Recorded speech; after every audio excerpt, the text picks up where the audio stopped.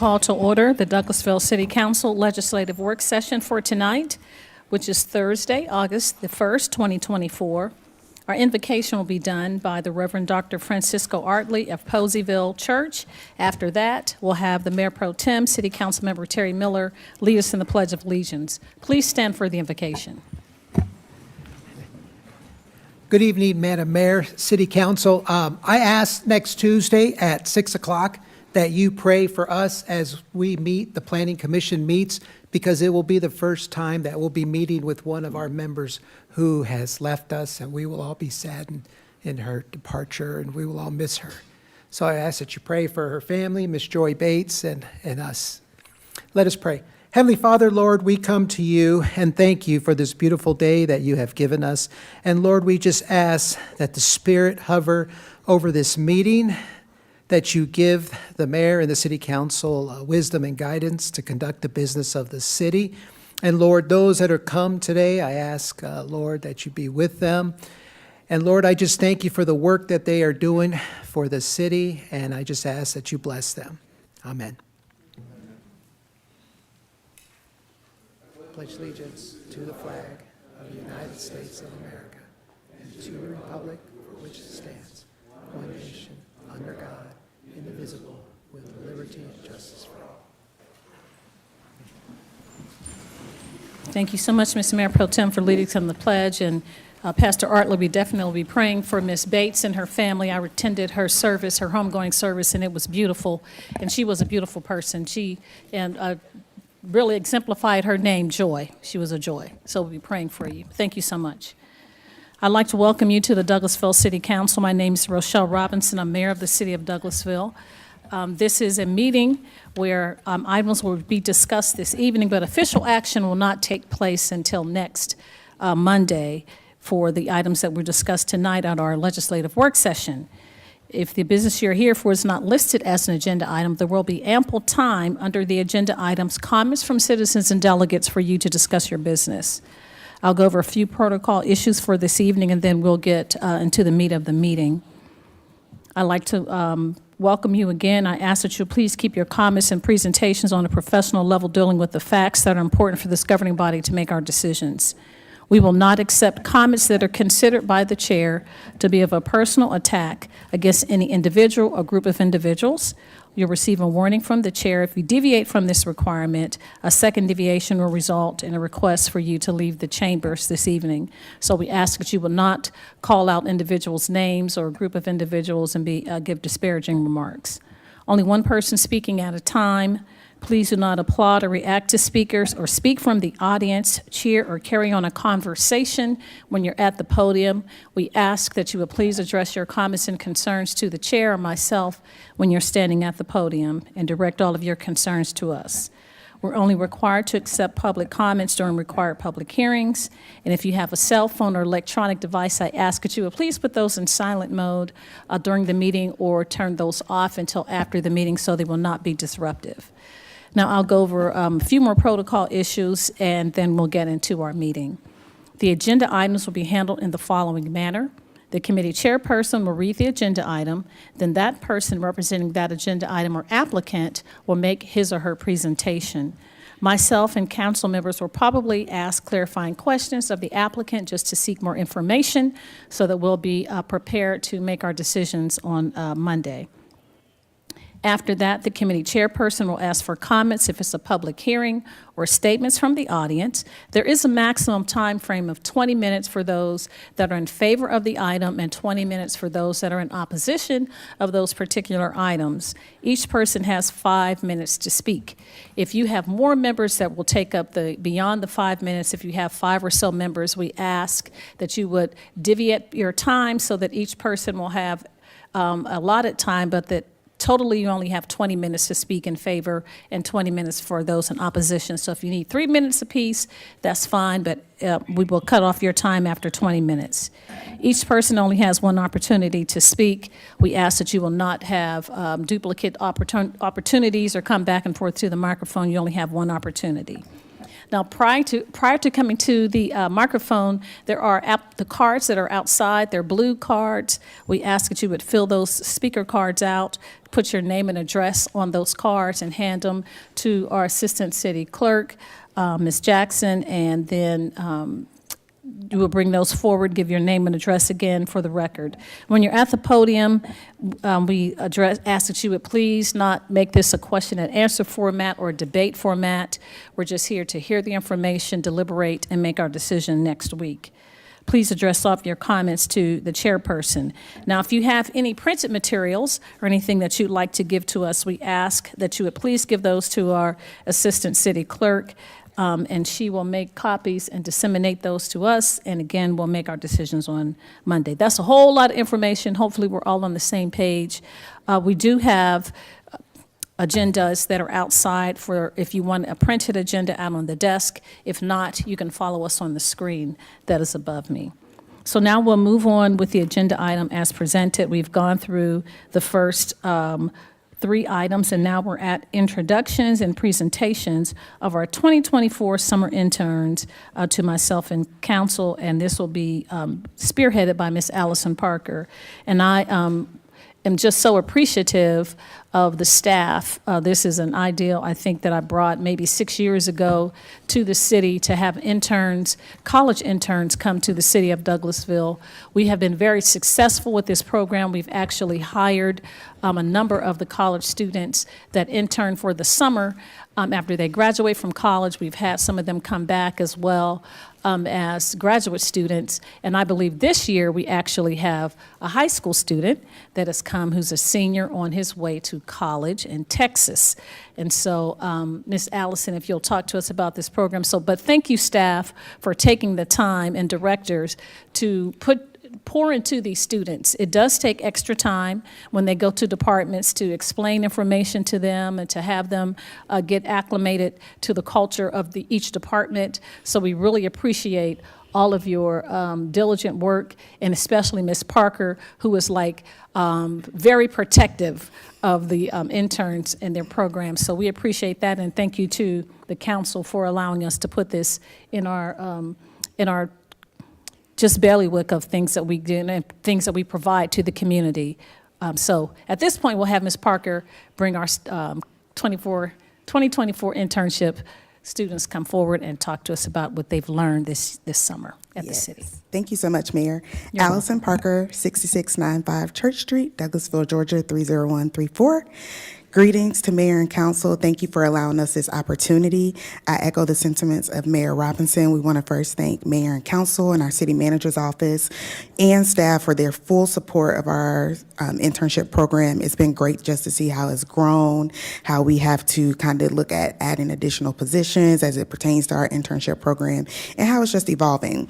So this evening, our summer 2024 interns will be coming to you to introduce themselves. They'll be sharing their name, their school, the department they served in, and one key takeaway. Before I let them come, I wanted to provide you with just a few stats. So this summer we had 12 interns. Of the 12, 5 will be returning and joining us for our fall semester. And we had one intern who just recently accepted a full-time role in our community relations department as the marketing and events coordinator. And so it is the hopes and desires of our city manager and management, just that we are creating a strong pipeline for careers and encouraging our interns to come back and join us full time. And so it's really great to be able to be part of those success stories and see how well our interns thrive, either at other places of business or coming back and joining us full time. And to Mayor's point, our first intern will be Theodore Baker, who came to us by way of ICMA. He is a recent high school graduate and will be going to Texas A&M. So from there, I will allow them to introduce themselves. Once they finish, we'll have you all come out and take a photo, and then they have some gifts. Earlier today, they had to put together they presented a presentation to staff just showing what they've learned, and they put together a hypothetical project. And so they had some goodie bags they wanted to share with you all.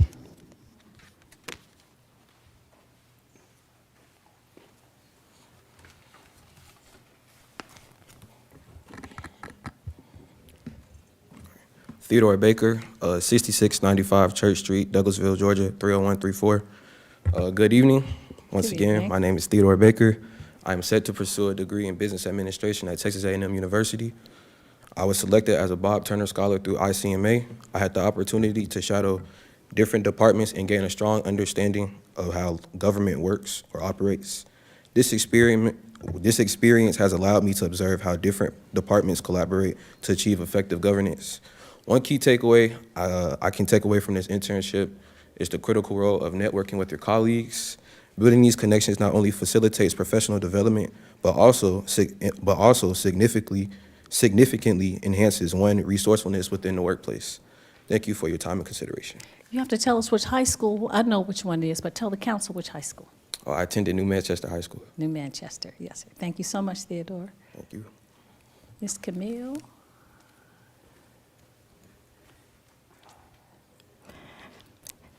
Jasmine Camille Brown, 6695 Church Street, Douglasville, Georgia, 30134. Good evening. Good evening.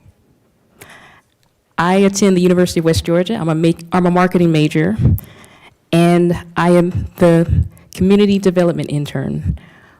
One key takeaway that I have received from this opportunity was getting to learn just how expansive the community development department is. Learning that it's not just about the construction of new buildings, but also it has to do with historic preservation and zoning. But additionally, I've also learned how all the departments work together in order to ensure the well-being of the city of Douglasville. Thank you. And Miss Camille plays the violin beautifully. We should have her come back. Thank you so much, Miss Brown. I know. Dimitri Flowers, Parks and Rec intern, Shorter University. Key takeaway I took from working in parks was just building youth programs, or just seeing youth programs and how they start and how they're being read. Being a sports athlete and majoring in sports management, I've been on the actual playing side of the sports, but never the business side. So it's kind of fun and cool being on the opposite side of that and seeing the work that's put into it from all the communities and all the different departments working together. Come back. I know we can ask questions all together. I'll get mine out real fast. So the camps, how were the camps for you and they're field fun. trips? It's fun working with kids, kind of seeing the joy that these camps kind of bring to them, and just how it brings all the different people together from no matter where, and just the fun, seeing the smile on the kids' faces early in the morning, or whether however long the camps are. Yeah, fantastic. It was great, huh? Yes, Yeah, ma'am. thank you so much. Yes, sir. Right, serious. David Garcia, 6695 Church Street. I'm in the Community Relations Department, and I graduated from the University of Georgia. My main takeaway from my internship here was learning the roles of everyone, the importance of learning everyone's roles in your department, because ultimately that's what helps you help everyone else the most. If you know people's roles, you know exactly what to do to help them and what their goals are at the end of the day. And if you communicate your role to them, they'll know how to help you. And at the end of the day, it's all about teamwork and knowing more about your team. That's how you get things done. Yes, sir. So recently graduating from UGA, what's going on with football? You going to be at Ohio State again, or what's? You know what? I'm not really into all that school spirit stuff. What? But Go yeah, Dogs! it- What? That sound you just heard with former Councilman Adams' heart just broke. I know. But go Dogs anyway. Go Dogs. But we'll see, huh? We'll see if it's Ohio State and UGA again in football. But thank you so much. Thank you. Yes, sir.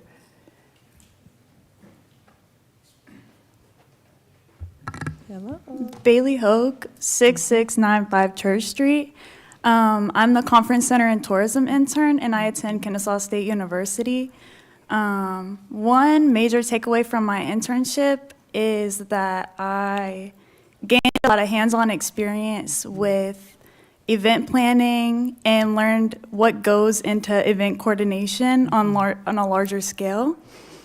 And yeah, I got to see the process of like the amphitheater and everything. That's a lot, all those concerts. Yes, all the And concerts. Wednesday wind down. Wednesday wind down. Yes, ma'am. Hootie hoo. It's good to see you, Miss Bailey. Thank you. You're welcome.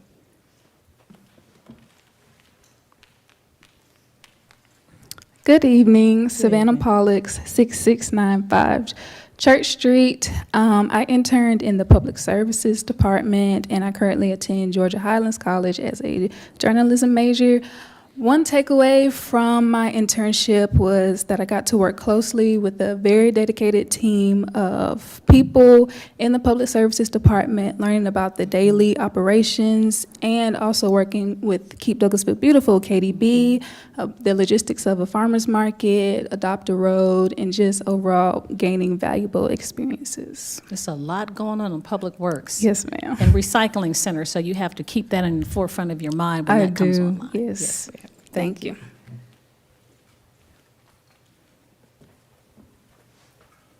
Anna Pull the microphone Robinson. down, Anna. You can pull it down. Okay, I don't want to mess with it. Okay. Anna Robinson, 6695 Church Street.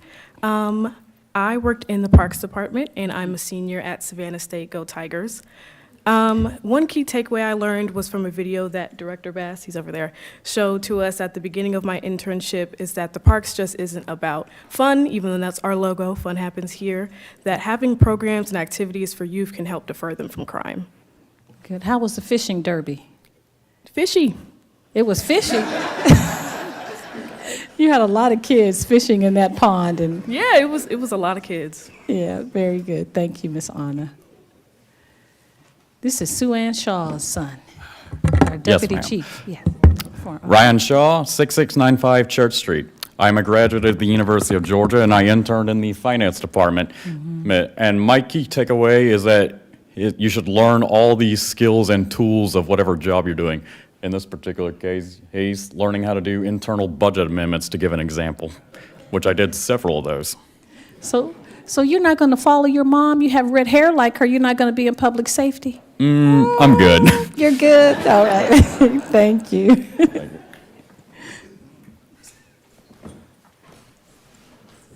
Justin Tolbert, 6695 Church Street. I'm a senior at Morehouse College. And my biggest takeaway from this summer has definitely been learning and kind of realizing the importance of relationships between small businesses and local businesses in Douglasville and the city, the government. So, yeah. Very good. Oh, Did I say economic development? you didn't tell us it was I'm sorry about economic that. Economic development intern. So there we go. Very good. Now you have to say hi to Mr. Cassius Butts. He's at Morehouse. I've done a couple of lectures at Spelman and Morehouse, so please tell him I said hello. Yes, Good ma'am, to I see you. will. And your golf team does really well. You all come out to West Pines. Yeah, the golf team is really good. Yep. they're Yes, good. ma'am. Thank you. Justin, are you related to Michael Tolbert by any chance? I am not. I wish I was. but- Okay. Yeah. Just checking. Okay. Miss Kayla. Good evening, Mayor and Council, Madam Mayor and Council. My name is Kayla Willis, 6695 Church Street, and I was the city management intern. I was a 2023 graduate of Fisk University, and I will be attending Columbia University this fall. One takeaway that I have learned that has affected both my personal life and my professional life within the city management department is to always have a goal. Without any goals, it can distract forward thinking and focused thinking, and that has allowed me to approach my tasks, my dreams, and my experiences with a goal in mind. Very good. Now, Miss Kayla, you tell the council you have a day and all of that in your hometown that's named for you. Like, was not just tell us about expecting that. Who has that as a young person? Yes, I was granted my own day in the city of South Fulton. It is on March 19th.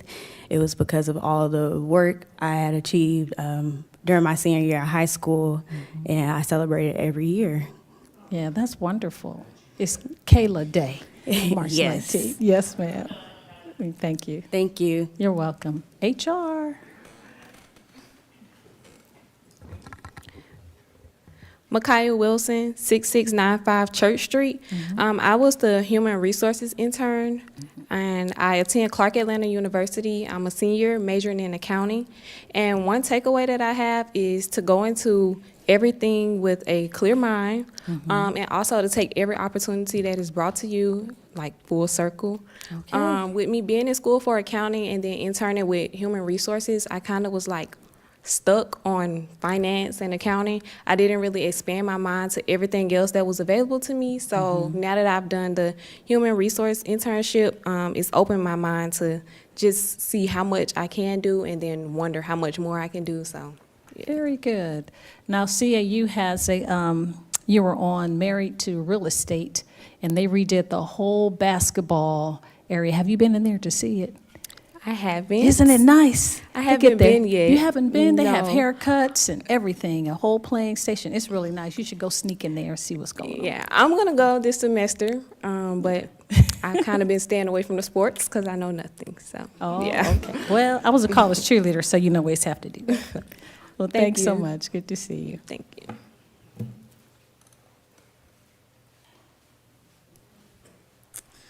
So again, Mayor and Council, we just want to thank you all for your full support of our internship program, and I'll take the liberty to say that these interns this summer have been absolutely amazing. After their presentation today, I was just raving about them and saying how we just need a copy and paste for all semesters. And I'll be remiss if I didn't recognize Kayla Willis. She served as our intern coordinator. She took great initiative, being that she was an intern last semester, and she had a lot of great ideas of how she felt we could improve our internship program. And I think we've been able to see that as evidence this summer. They go out together, they're going to lunches, they have group chats that the adults are not allowed to be a part of. So they have just fully embraced the relational aspect of the internship this summer. So it's been really a tremendous pleasure. And if you all don't mind, we'd love to get a picture, and then they will pass out their goodies to you all. Thank you. So, Ms. Parker, I'll open the floor for council members to ask any questions if you wanted to. I know I was monopolizing the conversation, but just trying to touch base with them. Does anyone have any questions? No? All righty. Well, thank you so much. Let's give them a hand before we come around and take a photo. Great job, everyone.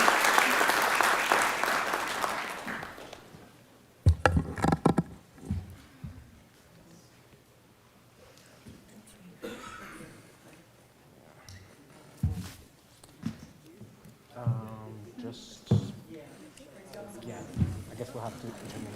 Mayor, Mayor, can you stand right in the middle here? And then we can just spread out as we go.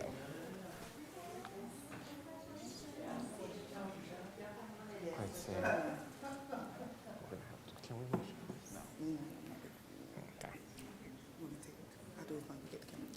Yeah, I think we're gonna have to do it with this one because this is too, yeah.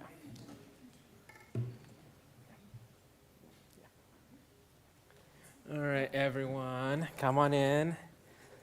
Let me have you over here. And if you're tall enough, yeah, let's get in the center. There we go. Perfect. Great. One more. 3, 2. Fantastic. Great job, everyone. Thank you so much.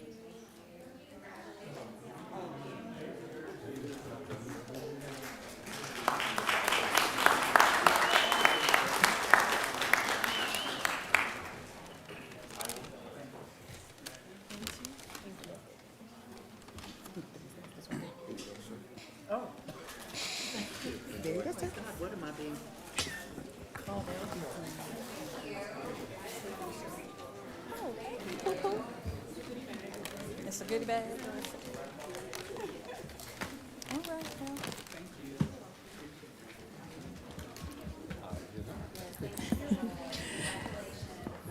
Thank you so much to our interns again, and we appreciate your patience for the community and how we try to feed and plant seeds into our young folks. We also have a program that Councilmember Burdanley helped to start with high school students, where it's like a leadership class for high school students in the community. So we have a choice of across the board from all high schools in the county, not just in the city, and we bring those students together and expose them to city government as well. So thank you all for your patience. We appreciate that.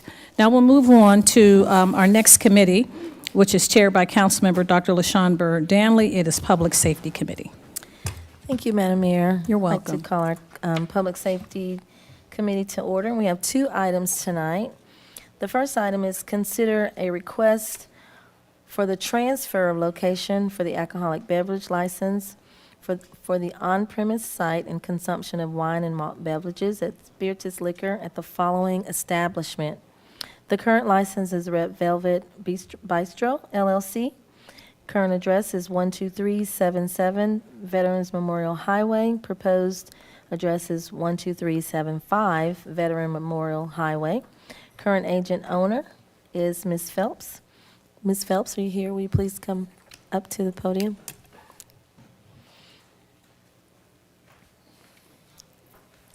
And Ms. Tanisha, how are you? Hi. Good. Good to see you. So, Ms. Phelps, will you please give your name and just confirm your address for Yes. the record? Hello, everyone. My name is Deja Phelps. I live at 7209 Bridget Rose.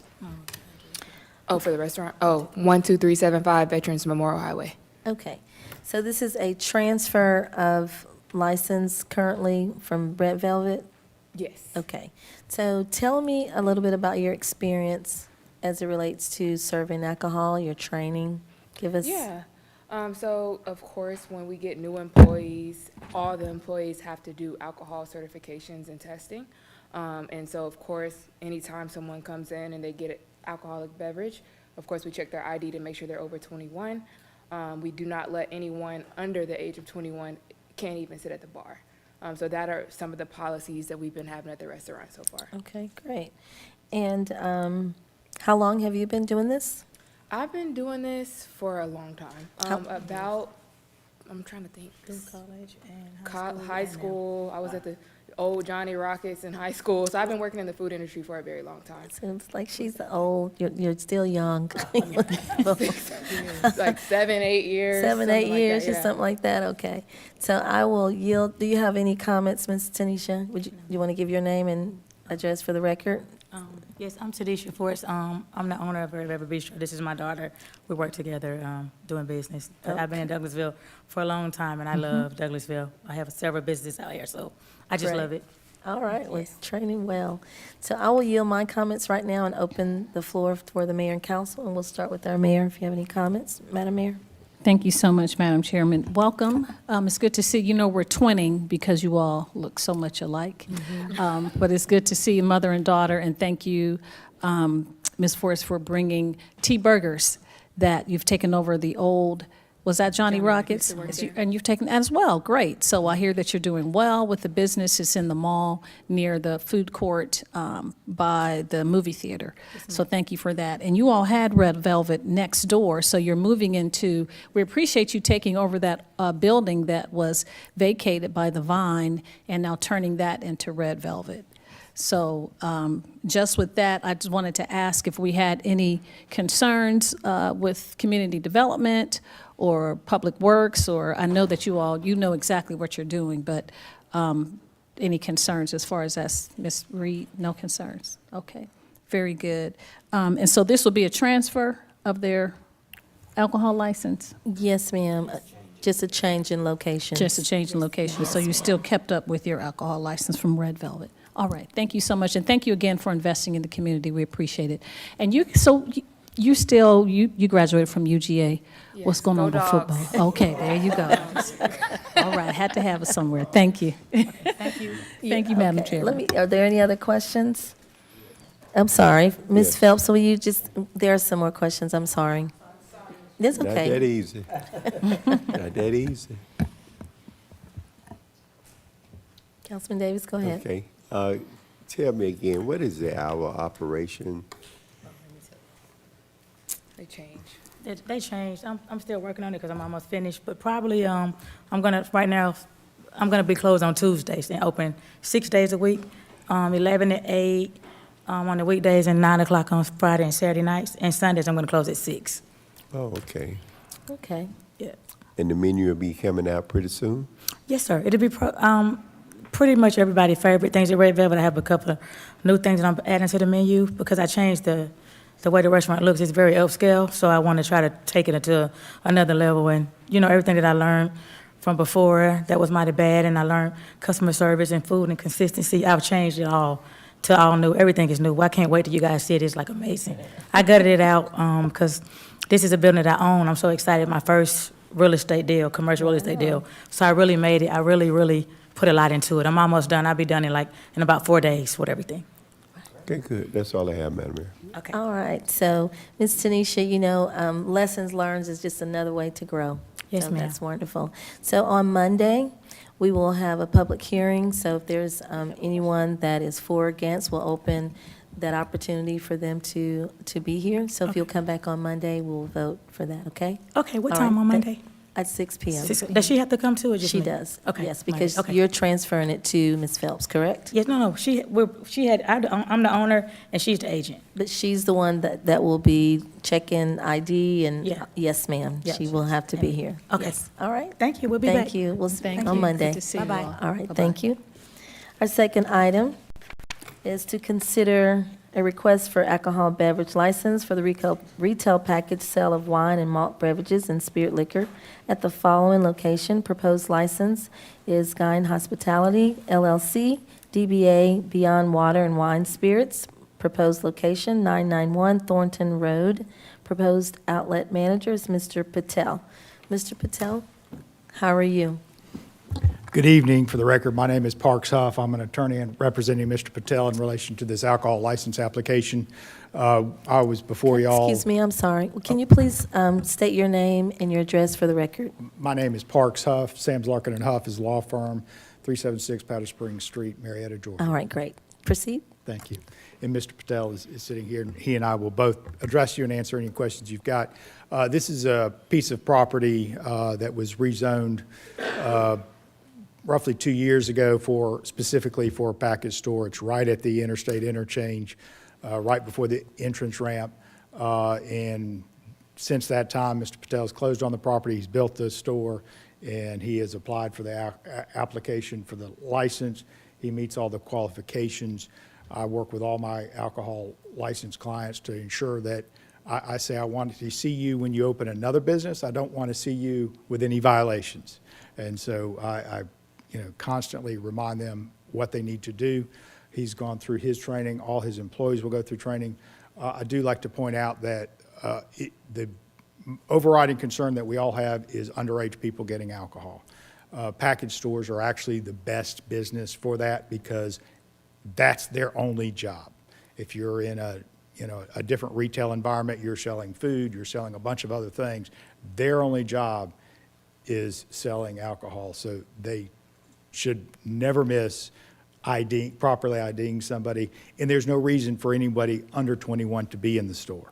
So it's real easy. If you've got a grocery store, you've got all sorts of products you're selling and all sorts of ages and a ton of employees. So he's got limited number of employees that will all be properly trained. He has the cameras, the ID system so that everybody's ID has to be entered. So if he's not there himself, he can monitor it, go back and review tape and see all that. So very, very, very aware of the importance of responsible alcohol sales. So it's a great opportunity, as we talked about during the zoning. It's a tough piece of property because the access is pretty much right in, right out. And so this type of use is actually able to make that property utilizable on the tax rolls and doing something positive because the traffic is just right in, right out. It's not a high traffic volume. It can survive in that scenario. So we greatly appreciate your time, appreciate your city staff working with the application, get it before you. And if I've got 2 seconds, I would like to say this is the second time I've been here for the summer intern presentation. And I got to say that I am just, if anybody's worried about the future, listening to that for the second time, I felt like I had to say it because it blows me away listening to what y'all do, putting that program together, and the people that you have in it is tremendous. So Thank you so much. Wanted to mention that. Yes, Mr. Patel, just one moment. I just wanted to just make a comment. You're absolutely correct in regards to, we are very concerned about those that are under the age of 21 being able to get alcohol or any type of drugs. The other thing is too, is just be very vigilant, Mr. Patel, and even with your staff, that individuals that are over the age of 21, if they're coming in to purchase and they appear to be intoxicated, just be very aware of that as well. Under 21, absolutely not, but those that are over 21, I think sometimes they can abuse it, and I've actually seen individuals go into a package store that are intoxicated and have been served alcohol, and it's just been a disaster just as well. But Mr. Patel, can you please come up and state your name and address for the Good evening, Honorable Mayor and honorable members of council. My name is Ashish Patel, and I am one of the owners of Beyond Water Wine and Spirits. For training, I've established the TIPS certification for retail sales, and we will definitely implement the same thing for all of our employees that we tend to hire. We will implement checking IDs for not just customers that look under 21, but probably for everyone that comes into the store. Absolutely. We tend to, I think we're going to stay open limited hours, not open late nights, not too late. I think for now we're going to be 10 a.m. to 10 p.m., except for Sundays, be noon to 10 p.m. All right. And if we can even shorten the hours, if it's not too busy in the late evenings. All right. Thank you. So you answered two questions. One other question, Mr. Patel, how long have you been working in this industry? As far as liquor stores, this would be our first liquor store. We do have friends and family members that have established liquor stores, but I've been in business since I was 19 years old. So Okay. I've been operating hotels and restaurants for a long time. All right. Thank you, Mr. Patel. I will yield my comments at this time and open the floor for our mayor and council. Madam Mayor, we'll start with you. Thank you so much, Madam Chairman. Yes, Thank you ma'am. for coming this evening. We appreciate your comments. I know we did a background investigation on individuals that are seeking to have the license. So, Chief, have we had any violations? All right. Thank you. And I apologize, I forgot to ask about the other young lady. But thank you so much. And Thank you, if I Councilwoman. can, I forgot to mention, he lives in Douglasville and has two other businesses in Douglasville, so he's invested in the community. So it's in his interest, too, to make sure that the store is run well and no violations and no problems, because it affects his personal life and his other business. Professional. Thank you for so that comment. That's all I have, Madam Chairman. Okay. Councilman Davis? Yes, I have one question, a couple of questions. Will there be tobacco items? We have cigars and cigarettes. We do plan on doing tobacco, but we haven't applied for any kind of licenses or anything like that. So But further down, maybe, yes. So no cigars, no. I know some of the other stores has glass cages for cigars and tobacco items. That's We- why I asked. Yes, we, later down the road, we probably will provide tobacco products. And they still have to be of age for the tobaccos and cigars. Yes. And the hours of operation, because you're right there on the interstate, will there be security? Yes, we've installed a large security system within the store and outside the store. We also will have security outside in the parking lot also. Okay, thank you, Madam. Okay. Any other questions? Thank you, Mr. Patel. We will have a hearing on Monday, so there will be an opportunity for those that are for or against this license application on Monday at 6 p.m. If you will be so kind and return on Monday, we'll have that vote then, okay? Thank you so much. Madam Mayor, that is all that I have under public safety tonight. Thank you so much, Madam Chairman. We'll move on to the next committee, which you also chair, which is Transportation Committee. Thank you, Madam Mayor. We You're have one welcome. item under transportation, Yes, ma'am. and I'll allow Mr. Thompson to come up for. All right, the item reads as follows. Authorize the mayor to sign the request for traffic signal applications for the Georgia Department of Transportation to permit the traffic signals located at Dallas Highway and Colquitt Street, Dallas Highway and Ellis Street, Dallas Highway and Malone Road, Dallas Highway and Malone Street. Mr. Thompson. All right. Good evening, Madam Mayor. Oh, I'm sorry, evening. Marcus Thompson, 6695 Church Street, Douglasville, Georgia, 30134. Good evening, Madam Mayor and Council. Good evening, Mr. Thompson. So the applications before you this evening are essential for the Georgia Department of Transportation to basically officially document that we, as a city of Douglasville, will cover the electricity costs for the 4 traffic signals at the intersection that pertain to the new State Route 92 relocation and widening project. So I'll reinstate again, it's just basically a housekeeping matter for GDOT to officially document. Are there any questions or concerns? Thank you, Mr. Thompson.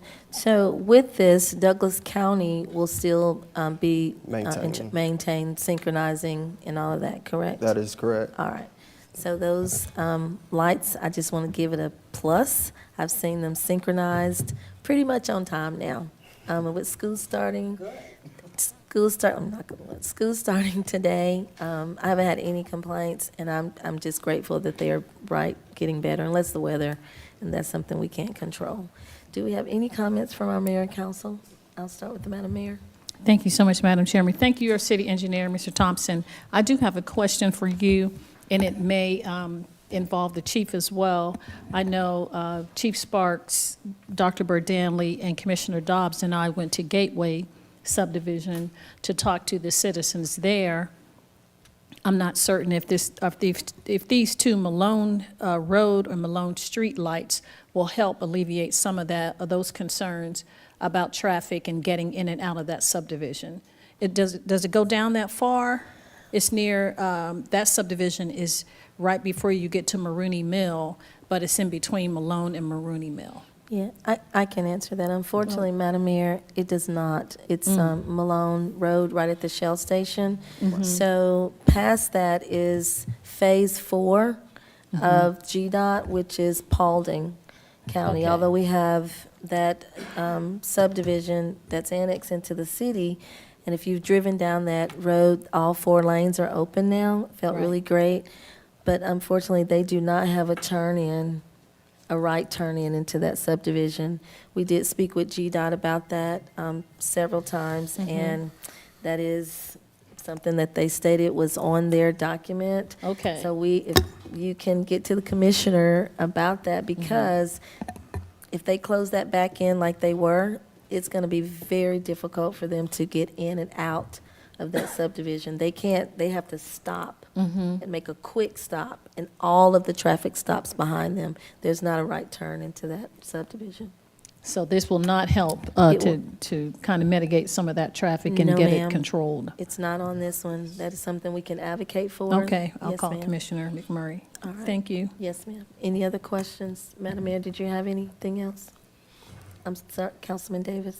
Yes, I have one thing, Mr. Marcus, I don't know if you got any calls yet about it, but we have a traffic, stand-up traffic signal that's been knocked down right there at 92 and Dallas Highway, and it's been down there for a while. And A traffic light or a street sign? the black one that's knocked down in the street. Okay. I'm sorry, go ahead. Yeah, it's right there at Jesse Davis and 92. So it's he's, one of those stand-up singles. so he's And they have- speaking of the sidewalk light. Okay. Yeah, not a signal, not like a red light. It's The pedestrian crossing? the pedestrian Pedestrian crossing, crossing, yes, right. yes. It's been down there for a while, and we've called in, and I'm thinking LaShawn have too, so. Is it part of the renovations to the park, Councilman Davis? No, it's it's- already, somebody done hit it. Oh, okay. Somebody done had an accident and knocked it all down in the road. Right, it's on the right side, and I'll send you, Councilman Davis will follow up with an email. Madam Mayor, I was going to ask for this to be put on the consent agenda.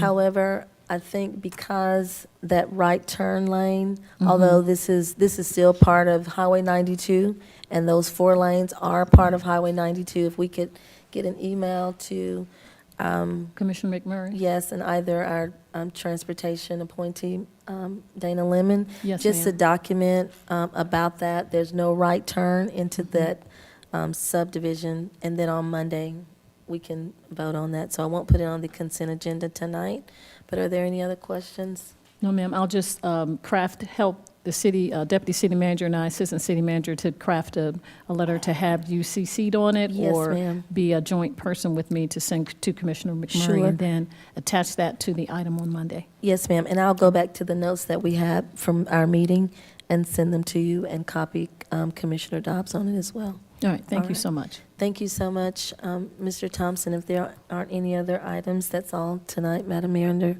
Transportation. Thank you so much, and thank you to our city engineer, Mr. Thompson. We'll move on then to Economic Development Committee. That's chaired by Mr. Mayor Pro Tem Terry Miller.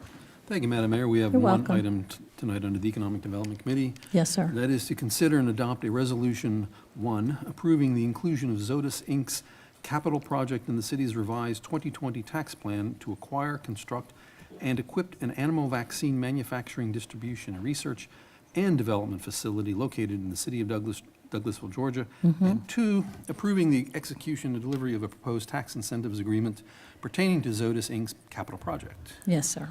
Our agenda says Mr. Chris Pumphrey will be here tonight, but that is definitely not Mr. Chris Pumphrey, but the most capable Breezy Stratton. Good evening, Madam Mayor and Council. evening, Breezy Breezy. Straighten, 8512 Bowden Street, Douglasville, Georgia, 30134. So before you tonight, we have the tax incentive agreement and a resolution to approve Zoetis to participate in the revised 2020 plan. As most of you know, or as all of you know, back in 2022, 2023, we revised our targeted industry sectors and added life sciences and healthcare to that. And Zoetis was the first company that we successfully recruited in that space. They are taking an existing building at 7705 Staples Drive. Most of you are aware that that is now in its fourth design. So it came to the community back in 2008 as a cross-dock distribution center for Hahn. It was then purchased by Keurig and then purchased by Bang Energy. And we believe that this is a third time's a charm situation when it comes to that. But Zoetis has plans to do a minimum capital investment of $510 million. We are bonding for $660 million, and that is because there is an anticipated phase 2 that may come along. Zoetis has multiple divisions, and I'll have Brian Cox with me here tonight from Zoetis, so I'm going to let him tell you a little bit more about the company.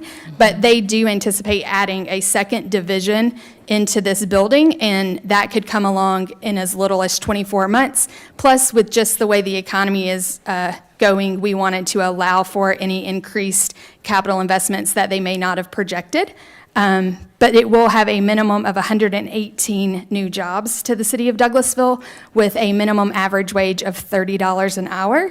As you know, one of our workforce development initiatives is to ensure that the companies that we recruit here have employment opportunities for all skill levels within the community. So they will have jobs that do not require a bachelor's degree, but that are high wage and high skilled. They have an internal training program, and then they will also have, PhD level individuals that will be here because this is a research and development operation. To that, I'm going to let Brian, Mr. Cox, come up and tell you more because he knows all of the science words. Hey, thank you. I'm Brian Cox, 5412 Planningfield Lane in Flowery Branch, Georgia, 30542. And 7705 Staples Drive in Lithia Springs. So I'm Brian Cox. I work for Zoetis and involved with the project that we have in Lithia Springs. Zoetis is the largest animal health company in the world. We're very excited to be here in the area.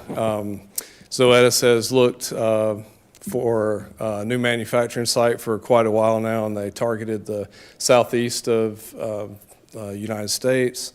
This is where we landed, and we're very glad we're here.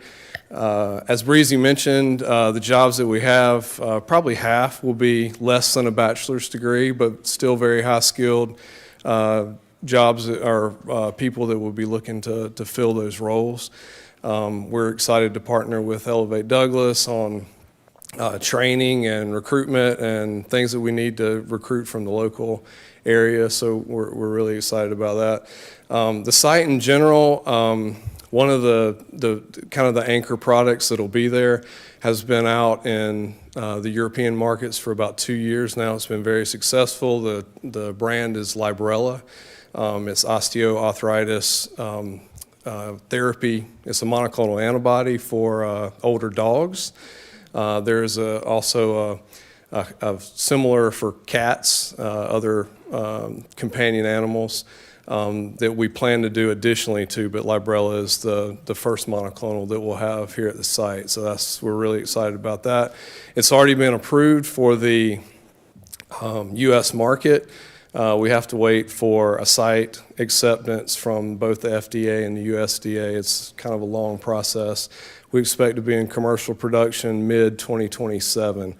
Along with that, there will be quite a bit of packaging. We'll package from our Lincoln, Nebraska site, as well as possibly our Charles City, Iowa site as well.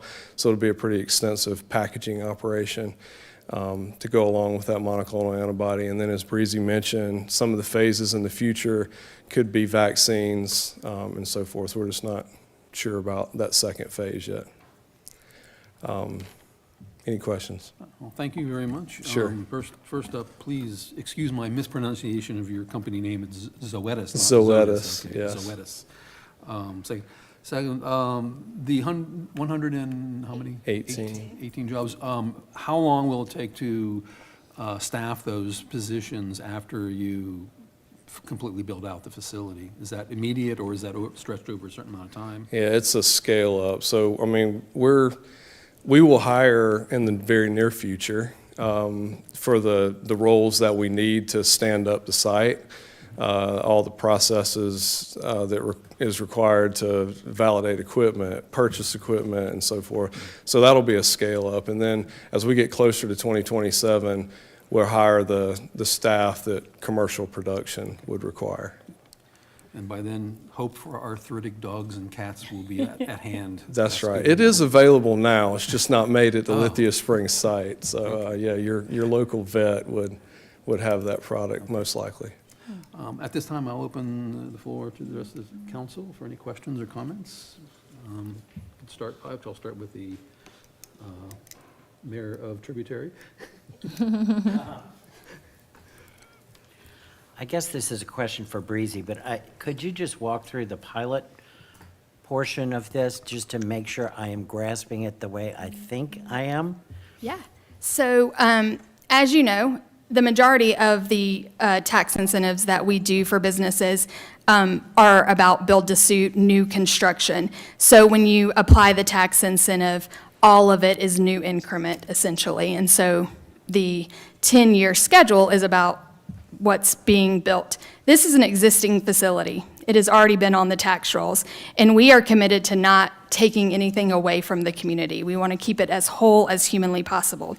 So the 2024 assessment of this property has that they pay $567,000, $683.56 annually. So that is what is due in 2024. So in order to keep both the city, county, and the school system receiving the same amount of money, in years 1, 2, and 3, they will continue to pay that amount. So they will pay what's already being assessed. And then it is estimated that as of year 4 of the incentive, the amount that they will need to pay will supersede that pilot amount. It is estimated to be $832,605. And so because that is more than the pilot amount, it is written in the documents that should that anticipated amount in year 4 not be more than $567, they will still continue to pay that. Okay. And the incentive is only on their real and personal property in the building. They will still pay inventory taxes, sales tax on energy, being that it's a manufacturing facility, there will be significant sales taxes on the energy that they will be consuming there. So the end result is that there is no tax revenue lost. Absolutely not, And yeah. It will stay at least where it is currently. Correct. And until they start in year 4, and then it will go up from there. Right, and the way tax incentives works is that their incentive doesn't trigger until they're operational.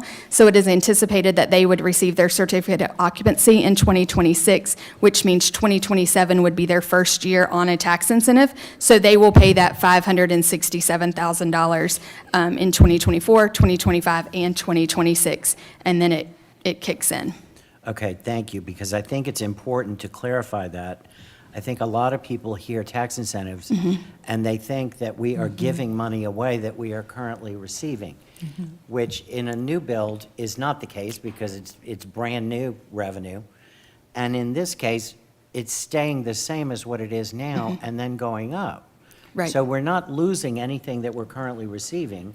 We're just preparing this company to grow to the point where we receive even more in the future. Right, and they are the owner of the building, so they have purchased it, and as Brian has said, they are going through the FDA and USDA federal requirements to make that facility a life science pharmaceutical vaccine facility. So that is part of the time frame. Plus the building, it's a 640,000 square foot building. They essentially kept the shell and have in the office space, but the manufacturing space they have put significant amount of investment in because it has to come up to standards in order to meet those federal guidelines. Okay, perfect. Thank you very much. Yes, you're welcome. Thank you, Councilman Estes. Any questions or comments?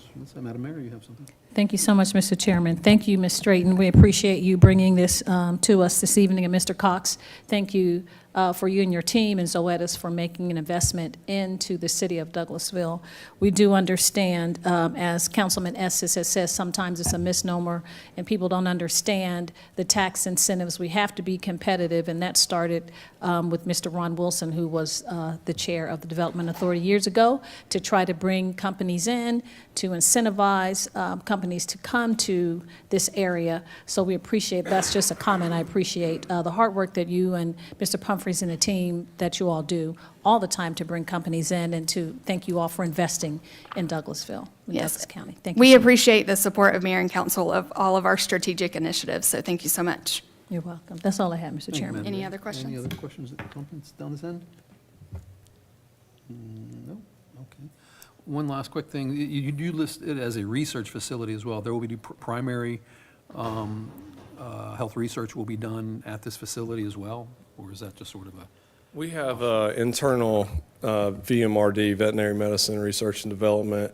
We'll have members of them at this site as well, where they typically conduct, it won't be their main base of operations, but they can typically conduct through that and the arm of our manufacturing for technology. They typically work within the sites that we have. There's about 30 sites around the world, and they work in all those sites for R&D and technology. Thank you. If no other So questions. phase two, I was going to, so phase two will be with the product that's in Europe right now that is going to, or no, that's No, just. that's actually what's coming. That'll be Oh. what launches in 2027 for Okay. domestic markets.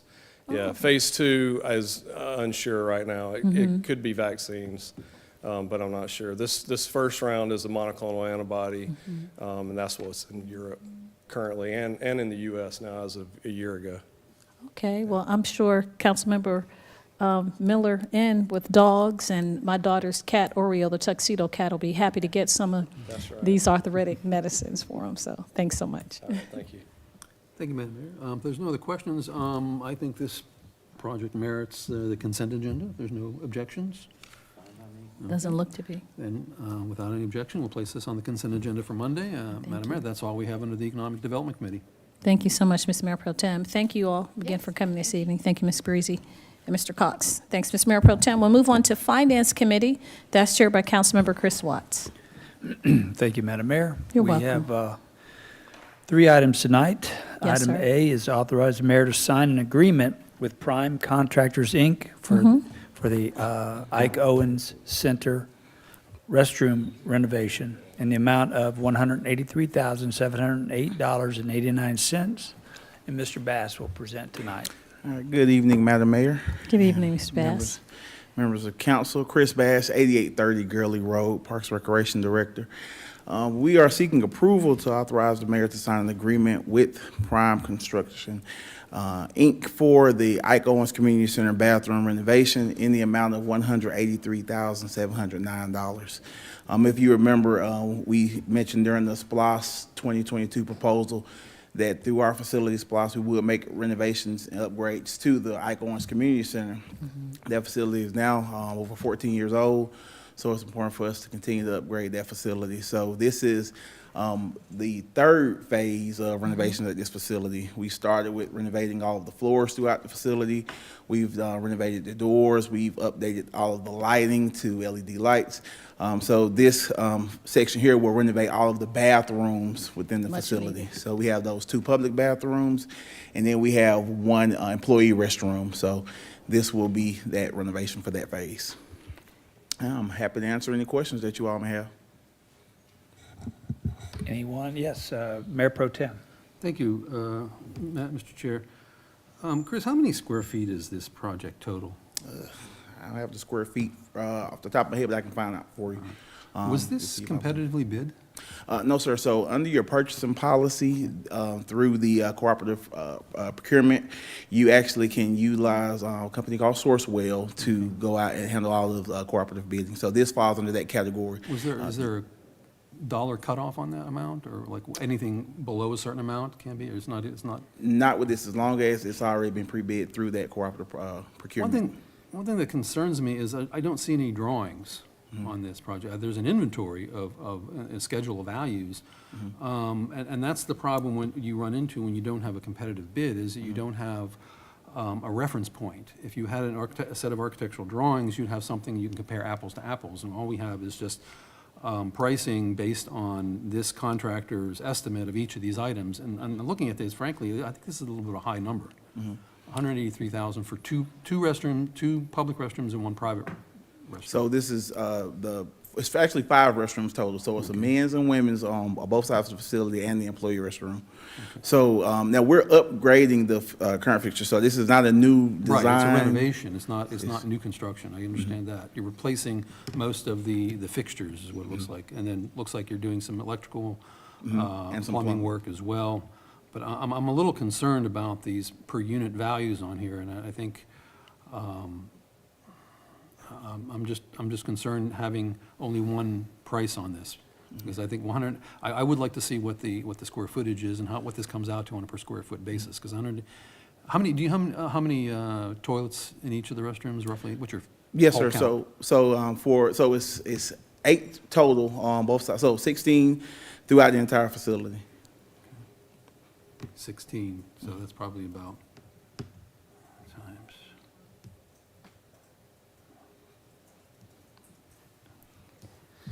So we're probably talking about 1,600 square feet, maybe. So while you're doing that, Mr. Mayor Pro Tem, I did speak with Director Bass about the bid, and from my understanding with Sourcewell, if you can explain that to myself and council. We've already explained to me, but explain to the council and the ones who weren't in that committee meeting about how that's done, and that company, well, you can just go ahead and explain. They do a comparative price, and they come and bring forth to us the company. But Mr. Bass, if you can explain the process, please. Yes, ma'am. So in your purchasing policy under the cooperative procurement section, I'll read it out here. So federal, state, and county government contracts can utilize this service negotiated by other governmental agencies to fulfill the benefit of the city of Douglasville. A purchasing agent, as designed by the finance director, shall be authorized to enter into a purchasing or a contract cooperative with other governmental agencies inside or outside the state. So purchasing under these contracts may be made without public advertisement or competitive bidding if the contract was originally competitive bid, which is what Sourcewell has done. And purchases under these contracts require no formal bidding or quotes for that. So this is similar to what we've done with our playgrounds over at Fowler Field, at Hunter Park. We just recently done this with our with the shade installation at the Town Green. Okay, so I understand that process, but what I don't understand though is why you don't have drawings done to lead into that, because that So what you're basically, is you're having the contract go and to do the inventory, assess the what needs to be replaced. Yes, sir. And that's where to me, I think that there's potential for the process to break down. I understand it's a system that you're working under, but having that additional set of eyes on it, a trained professional who can take an inventory and assess what really needs to be changed out and what doesn't, allows you to have that check on the process. And so that's my concern. Also, I'm like I said, I'm shooting from the hip here. I'm coming up with $114 a square foot for this. That's just a very, very rough estimate, which again is a very high number for just toilet room renovations. So if we can just have some of those numbers and that information, and I'd like to see that also the information on that the system you described. If we have some documentation on that for council, if we can have that by Monday as well. Yes, sir. And what I'll do is I'll get with Ms. Dickinson. She handled the procurement side of this because it does fall under a public services project. I'll get that information from it. But to your point, so you'll see two companies mentioned in your attachments. You hear Gordian, who represented the city, who we use to go out and actually take those measurements and do the things that you're mentioning. And then Prime Contractors is who we're using for the actual service. So, but we can provide some more information for you on this. I appreciate that. Thank you. Yes. One thing I'll point out, and, it's more than toilets, of course. There's, countertops are going to be Sinks. demoed. I just use that number I use that as a basis for calculating square footage. That's all. And so there's a lot going to be done, Yes, sir. just so the public doesn't think that we're spending that much money on toilets. There's a lot of stuff that's going to be done in those bathrooms, from electric, painting, tile, all those things. So anyway, did you say, Mr. Bassett, you do have access to drawings? that Yes, you what could I'll add do is to get this? with Ms. Dickinson and get with Gordian, the company who took the information for us, and we'll see what more details we can provide on Monday. I'll just leave this item on the agenda for Monday. All right, thank you, Mr. Bass. And item B, authorize the mayor to sign an agreement with Azimuth Contractors, LLC, for RFP 2024-003, Stewart Mill Road at Heritage Valley Drive, intersection improvements in the amount of $91,140.47. And Mr. Thompson is going to bring this one. All right, good evening again, Madam Mayor and Council. So this project before you this evening, it addresses the safety concerns at the intersection of Heritage Valley Drive and Stewart Mill Road that's adjacent to the Kohl's Shopping Plaza. As you're aware, we've been receiving a lot of complaints of vehicles making that illegal left-hand turn. If you can see on page, the existing conditions drawings on page 52, you can see how easy it is to just go around that concrete island.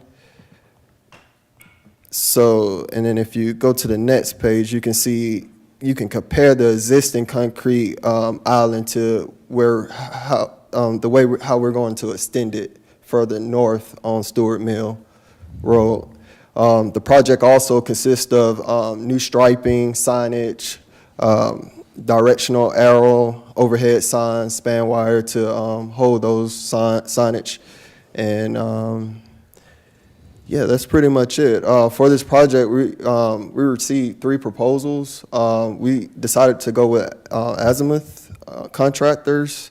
We felt that they had the most complete proposal, as well as good experience. We also did our due diligence and reached out to the city of Johns Creek, and they had nothing but good things to say about this company. Especially the mayor of Johns Creek and also the residents. They said they're good with staying within budget, on schedule, and they use proper equipment, and just overall was a good company to work with. So we feel confident in this group to proceed with this project with. Are there any questions or concerns? So they were the low bid, but they had the best proposal. Yes, sir. So, the most complete proposal. Any questions or comments on this item?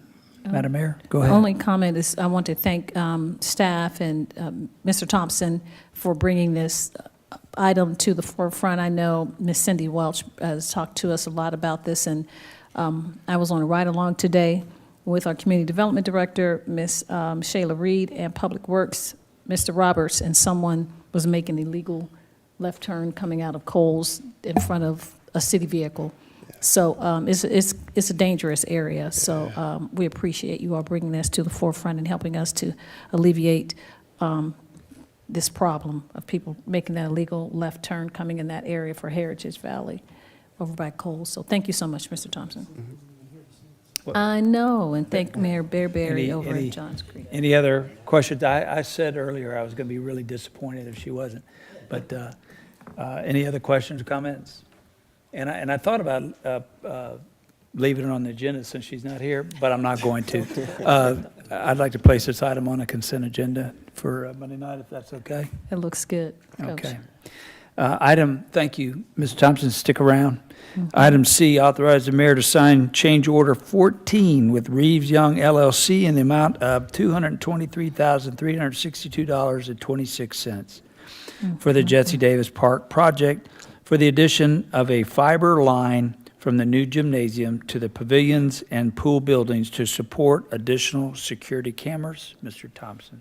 Yeah, so this fiber line that we're looking to add is from the gymnasium, and it will help us add security cameras, basically just overall security for the east part of the property that's near the basketball courts, the pavilion areas, near the pool facility, and let's see what else, and the playground areas and stuff like that.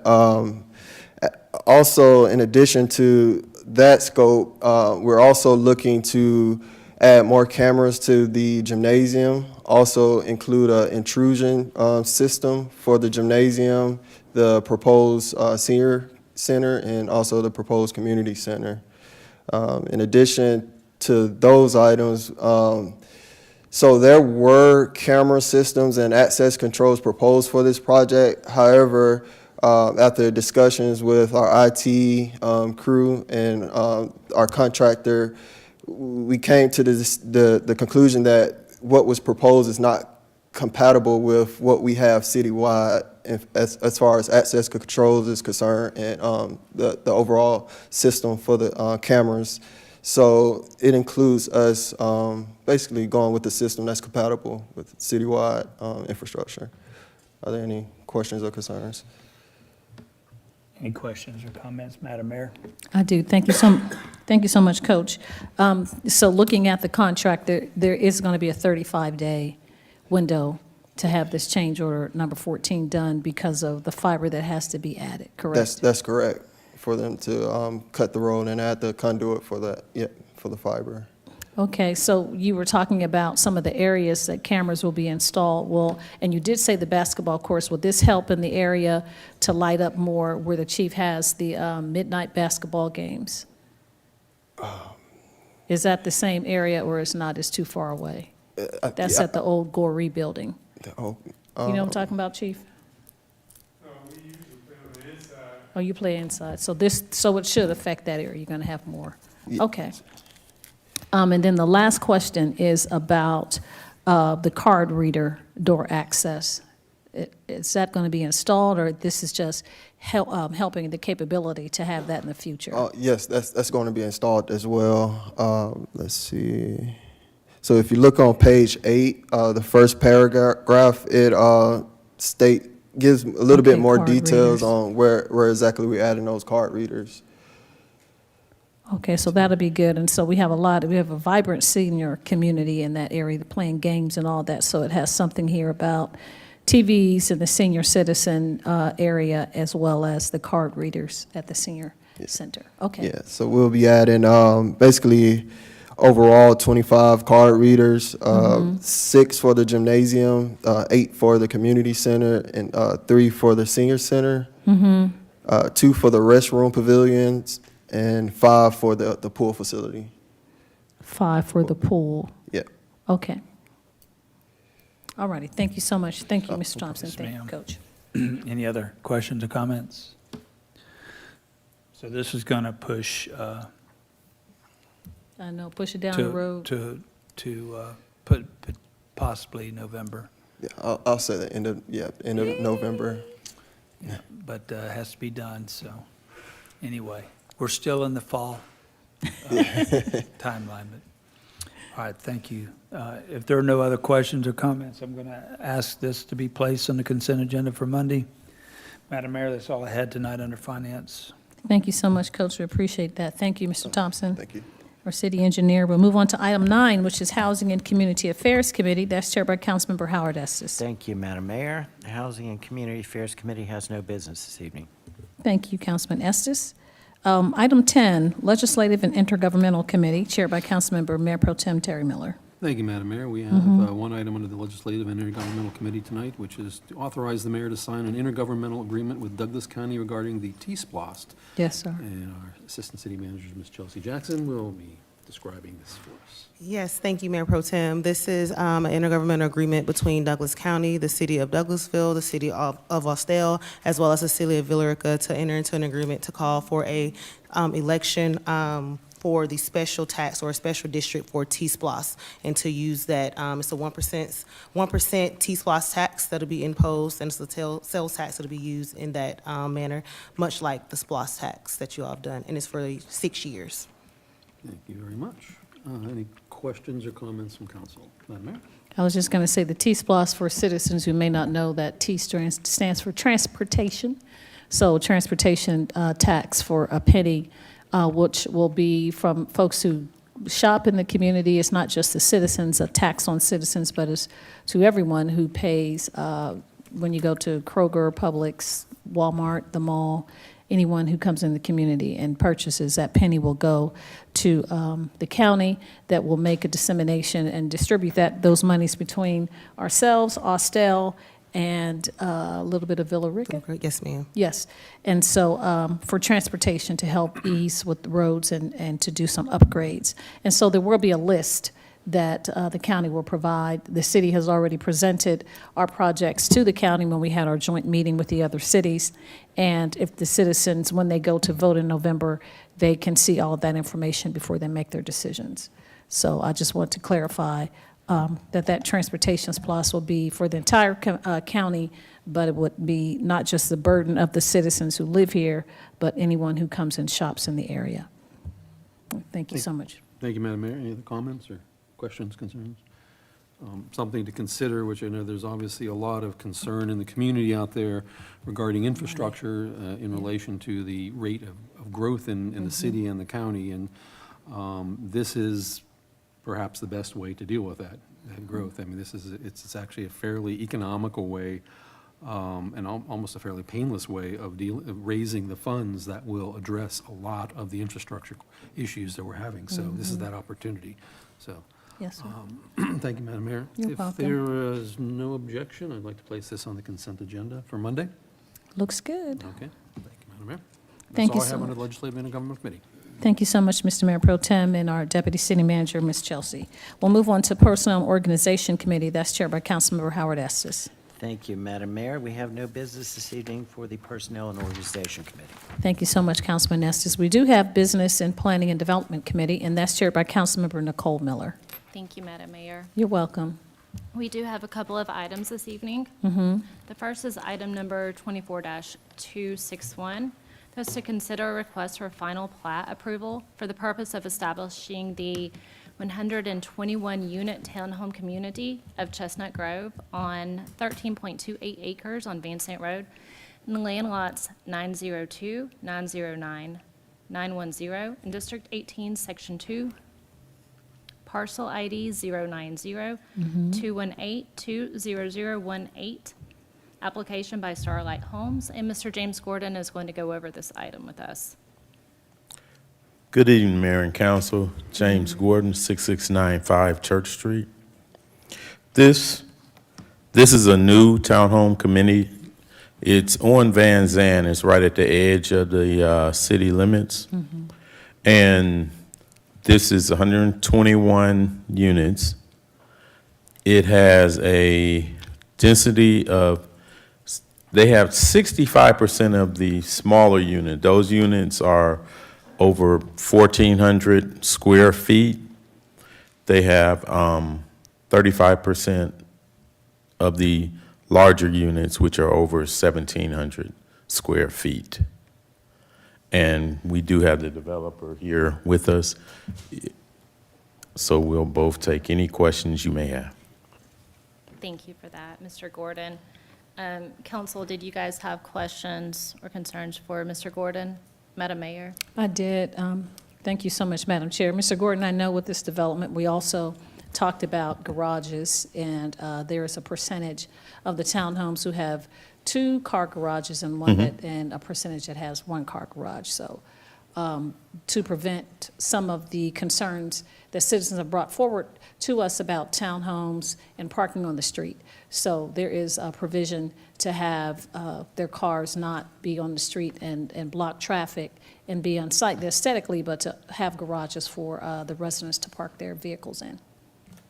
Correct. The 65% is the 1-car units. Yes, sir. And the 35% is the 2-car units. And then there is spaces on the site also. Yes, sir. All right, so that's all I want to bring forward. I know the chief had, we talked about this at length and how we can have flock cameras and have a car reader, license reader at this development as well, trying to heighten more security and safety in the community. So this is one of the developments that has come forward that we were talking about some of those issues with as well.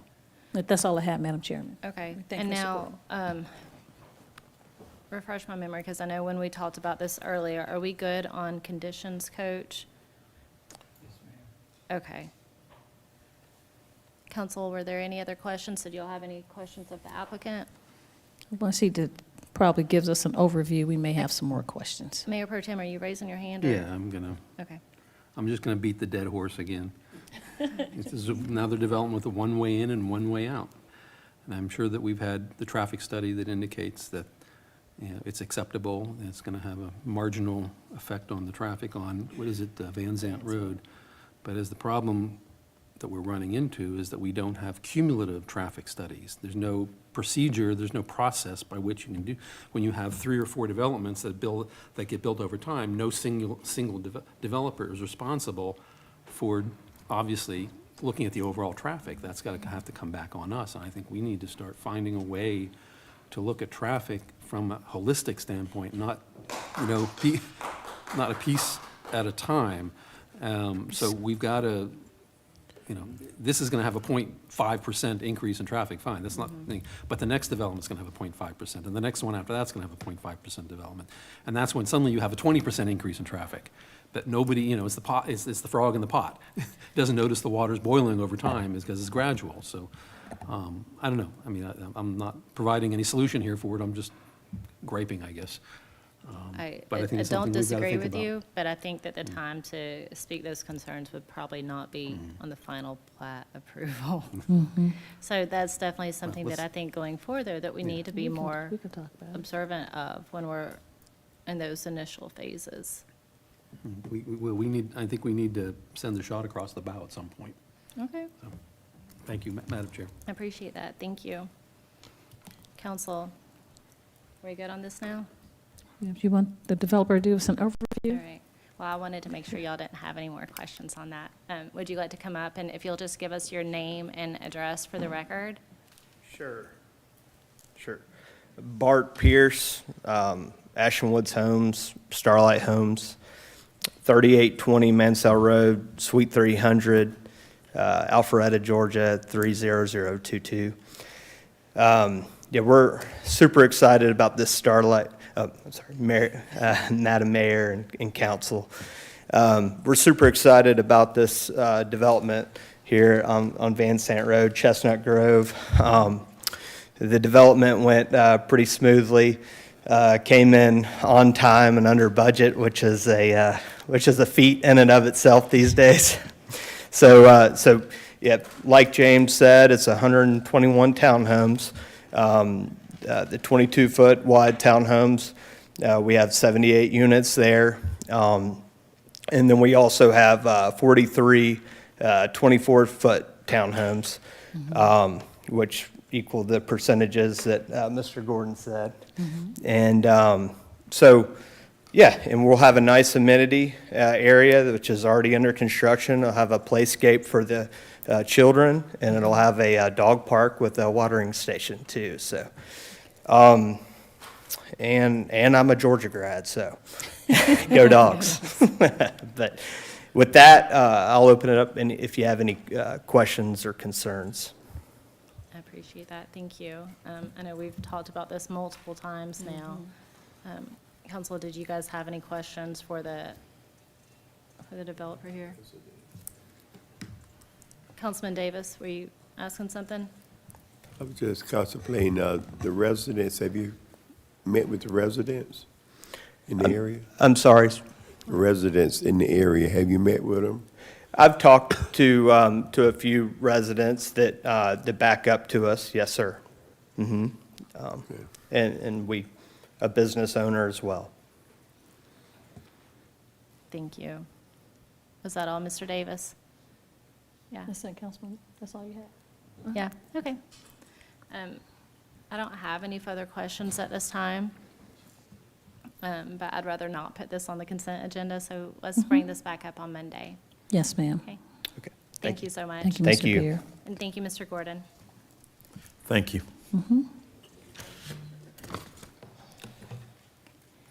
Our next item is item 24-249. That's to consider a petition to annex 10.21 acres at West Stewart Mill Road and Stewart Mill Road in Land Lot 11, District 1, Section 5, Parcel ID 001101502222, application by Stewart Mill Holdings. And Ms. Shayla Reed is going to go over this item with us. Good evening, Mayor and Council. Shayla Reed, Community Development, 6695 Church Street. The item before you is an annexation request, but if I can have just a little time to go over the process with you, you would have received information from me on yesterday that outlined what the process is, and I just want to kind of reiterate those statements over to you. So as you know, we bring an application to you to say, there's been conversations brought from a property owner wishing to annex into the city. How would you deem us to receive that application? If you say, yes, we can receive it, we then inform the applicant. They're able to submit the application over to us, and then we go through the process of reviewing it, confirming that it's accurate and ready for us. And then from there, we send it over to the county being the Board of Commissioners as well as the school system. We give 45 days for the Board of Commissioners to give us a response back. The response is usually an objection or it's just confirmation that they have no objections. If there's an objection, DCA does step in, the Department of Community Affairs at the state level. They will step in and they will have arbitration where there's a board that kind of has that conversation to see how we can meet in the middle so that the annexation can take place. But if there's no objections, it moves straight into what we're doing now, which is having our public hearings, having it at the planning commission level as well as council level. And then after that, our great city clerk's office communicates it over to the state to confirm that the annexation has been finalized after your vote. So if you're okay, I'll go into the annexation request for tonight. Awesome. Okay, so tonight there is an annexation request for townhomes and single-family detached, 91 units, as mentioned, located on Stewart Mill. This is about 10 acres. There, if annexed into the city, it will be in Ward 1. Currently, the county has it as PRDC. They're asking to come into the city with PUD. And it's currently undeveloped and is asking for there to be medium density, would actually meet what's around in that area. So what they're asking for does meet that level of density according to how the comprehensive plan is outlined. The county did not provide an objection to us. They just provided a response that they have no objections at the state level, meaning the state gives reason as to what the objections could be. So with that, that concludes my report, Mayor. Thank you, Ms. Reed. Sorry. Coach, do you have a? Well, Ms. Reed, did y'all ever determine the county's zoning on that property, whether or not it was more or less density than what is being requested? Understood. So the county's density for it right now is zone PRD that allows for 8 to 10 units per acre for that particular zoning. But as I was explaining earlier to Councilwoman Miller, unless I have that exact staff report in front of me, I cannot outline exactly what the county gave permissions for that particular site. I would have to see if there's conditions placed, if it's allowed to have additional units of acre than what the code says. So I would have to have that exact case in front of me. Okay. Okay, thank you for that. I know that I'm still a little confused about this on how there were no objections, but then there was. So do we have any clarification on that? Yes. Yes, so I actually spoke with the fire chief. He was actually in the conference center, and I walked in, and he called the fire marshal as well. So they have no objections with this annexation as well as with the entire development, and they said it would not affect service for the fire department. I will also, I know we're going to follow up with him to get that in writing so we can attach that to your agenda item on Monday, but we did speak with both individuals as well as the Deputy County Administrator, Tiffany Stanley Stewart, as well. Okay. I appreciate that information so much. That clarifies a little and muddies a little bit for me. Councilman Estes, you looked like you had a question. I do. So, Ms. Reed, you're saying that the county had no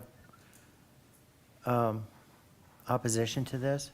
No, they didn't. So And yet we have a resolution spelling out their opposition to it attached to this? So they have concerns. Concerns and objections are two different things. They, of course, will have the ability to state how they feel about an annexation, so that's their opinion, but the state gives room for what an official objection can be. So they have not met what the official objection at the state level is. They may have concerns and opinions, but they can definitely state that. So what would constitute an official expression of opposition? So if the state, for example, levels of service could be one. If the county says they have concerns about level of service, they can put that in writing, and they provide that over to the state. The official objection goes to the state, which is DCA. DCA then provides a response as to how we must hold and pause for a second until a panel is created, and that panel hears both sides of the request, and they determine how, or assist us how we can move forward for both bodies, for the county as well as the city. So obviously, that's why in this resolution, it says, whereas there are narrow grounds for which the county can statutorily object. Right. But something doesn't feel right to me about this, because I'm hearing from people with the county that there are major concerns with fire department and the services that are possible. Right. And yet, Ms. Jackson, you're saying that the fire chief says, no, there's no problem. So there's a disconnect somewhere in this that is bothering me. It really is. Ms. Reed, may I? Go first. So I want to share with you the actual statute regarding annexation disputes to hopefully differentiate, we don't like this versus legally we're going to contest this, because that's what an objection is under state law with the Department of Community Affairs. So the OCGA 3636-113 has the objections as being a material increase in burden upon the county directly related to any one or more of the following: the proposed change in zoning or land use, or the proposed increase in density, or the infrastructure demands related to the proposed change in zoning or land use.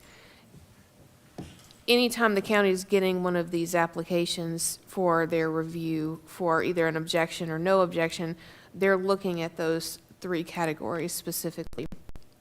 And it is a very narrow legal window of what you can consider. So the question that came up about density, the density for the county for this application is actually less under the present application that's going to be the next agenda item. Correct. It's at the current allowance that the county has, which is the PRD with conditions, was originally done for apartments. Does And that I mean believe that the applicant will have a little bit more information to share about that. Does that mean that the county has to provide a statistical analysis for as part of their opposition? They can't just simply say, you know, our fire department can't handle this. They have to provide some sort of an analysis that's, If they assert that, they'll eventually have to substantiate it, but you don't have to have a graph or anything when you file your objection. Gotcha. So I go back to my previous soapbox, which was, you know, the frog in the pot. You know, you have one development here that is gonna, will only marginally affect the fire and emergency services, and the next development down the street will only marginally affect the fire and emergency services, but before you know it, you know, you're talking a real issue. But the county statutorily can't do anything about that because they have to analyze each development separately. Well, and for the statute goes on to say delivery of services may not be a basis for a valid objection, but it could be used in support of a valid objection. So again, like Mr. Dodson says, you have, maybe they have to really break down that statistical analysis of 911 calls and response and that sort of thing. But as Ms. Jackson shared, the fire chief himself has confirmed that that will not be a burden on that system. So if that were a basis by itself, they have now said otherwise and confirmed otherwise for your benefit. I appreciate that. Thank you, Madam Mr. Mayor. Burney. I don't know if you were here when I gave the instructions, but if you, yes, sir, if you have concerns, once we have opened it up for public comments, then you can come forward and make statements. But we ask that you would do that to the committee chairperson. So just for the council's information, the county has sent an objection letter to another development for annexation that I received earlier this week. So if they felt like this was something that they wanted to object, I guess in that same manner, they would have sent an objection letter. So they did not send one.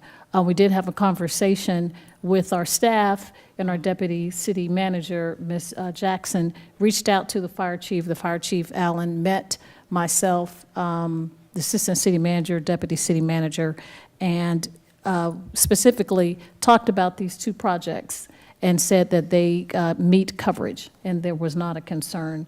Of course, there's workforce concerns all over, and we know that first responders all over the country are issues, but he specifically said that they would not have an objection, and it was not a burden on the fire department to cover a development if we were to consider this development. Okay. So there could be conversations, Right. like Councilman Estes says, it may be a feeling that commissioners have, but the data does not support what the fire chief is saying, and he's over the fire department. So I mean, that's I- something they have to have a conversation about. I understand that, but I need didn't quite take I need some more information, because I've heard Right. things that don't, I'm not disagreeing with you at all, but that's why, I mean, we have until Monday Yeah. to hash it out and figure out what's going on with it.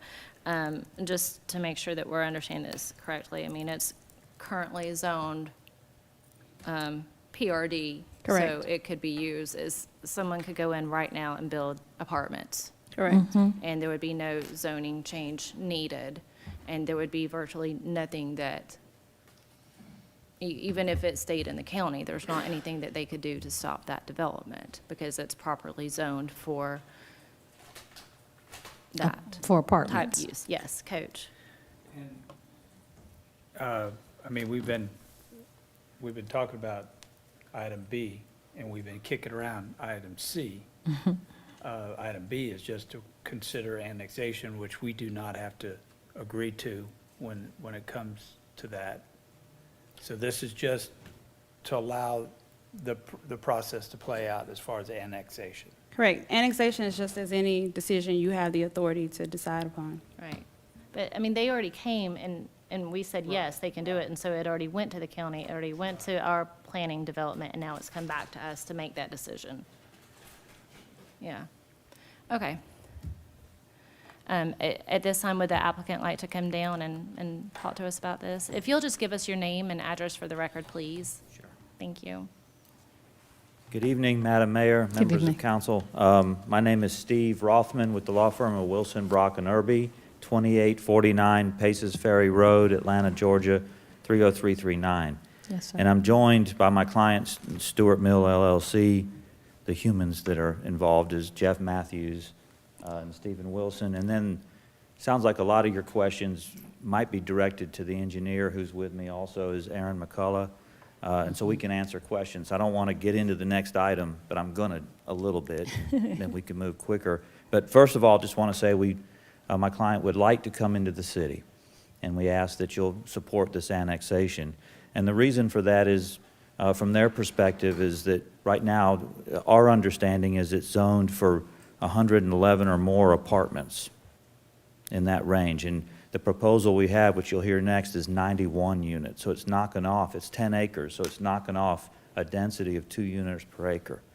And doing townhomes, mostly townhomes, 84 townhomes, 7 detached single-family units.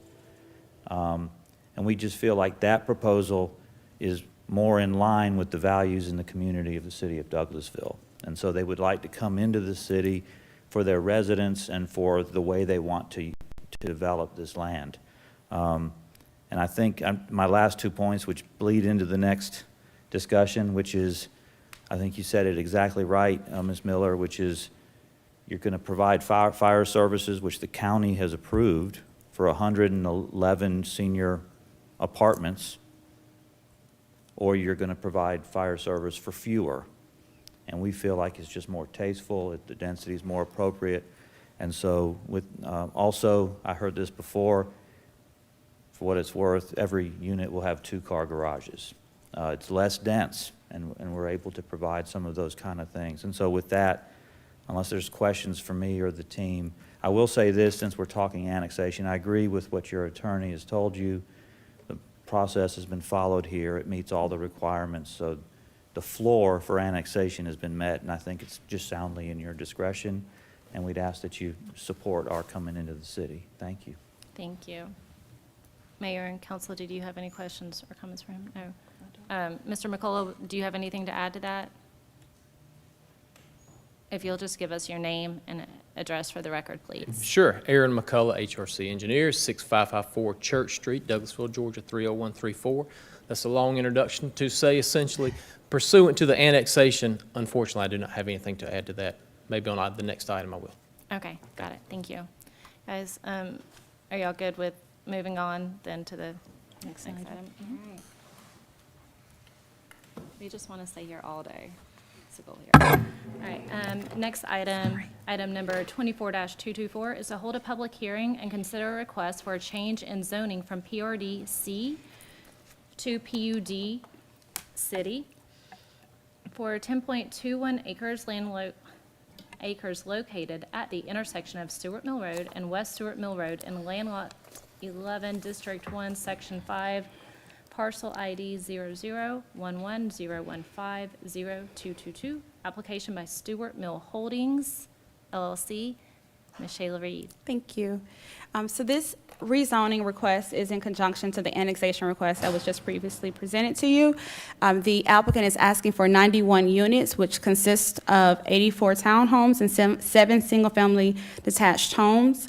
Again, it would be in Ward 1 if allowed to be a part of the city. They're requesting to rezone from the county's PRD to PUD, which is our zoning. And again, it's going to have a medium zone, density for its future land use. During the July 9th Planning Commission meeting, your Planning Commission did recommend approval of this request.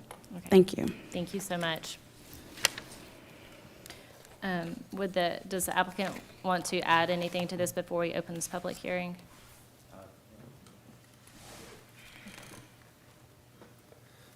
Thank you. I will introduce myself again, Aaron McCullough, HRC Engineer, 6554 Church Street, Douglasville, Georgia, 30134.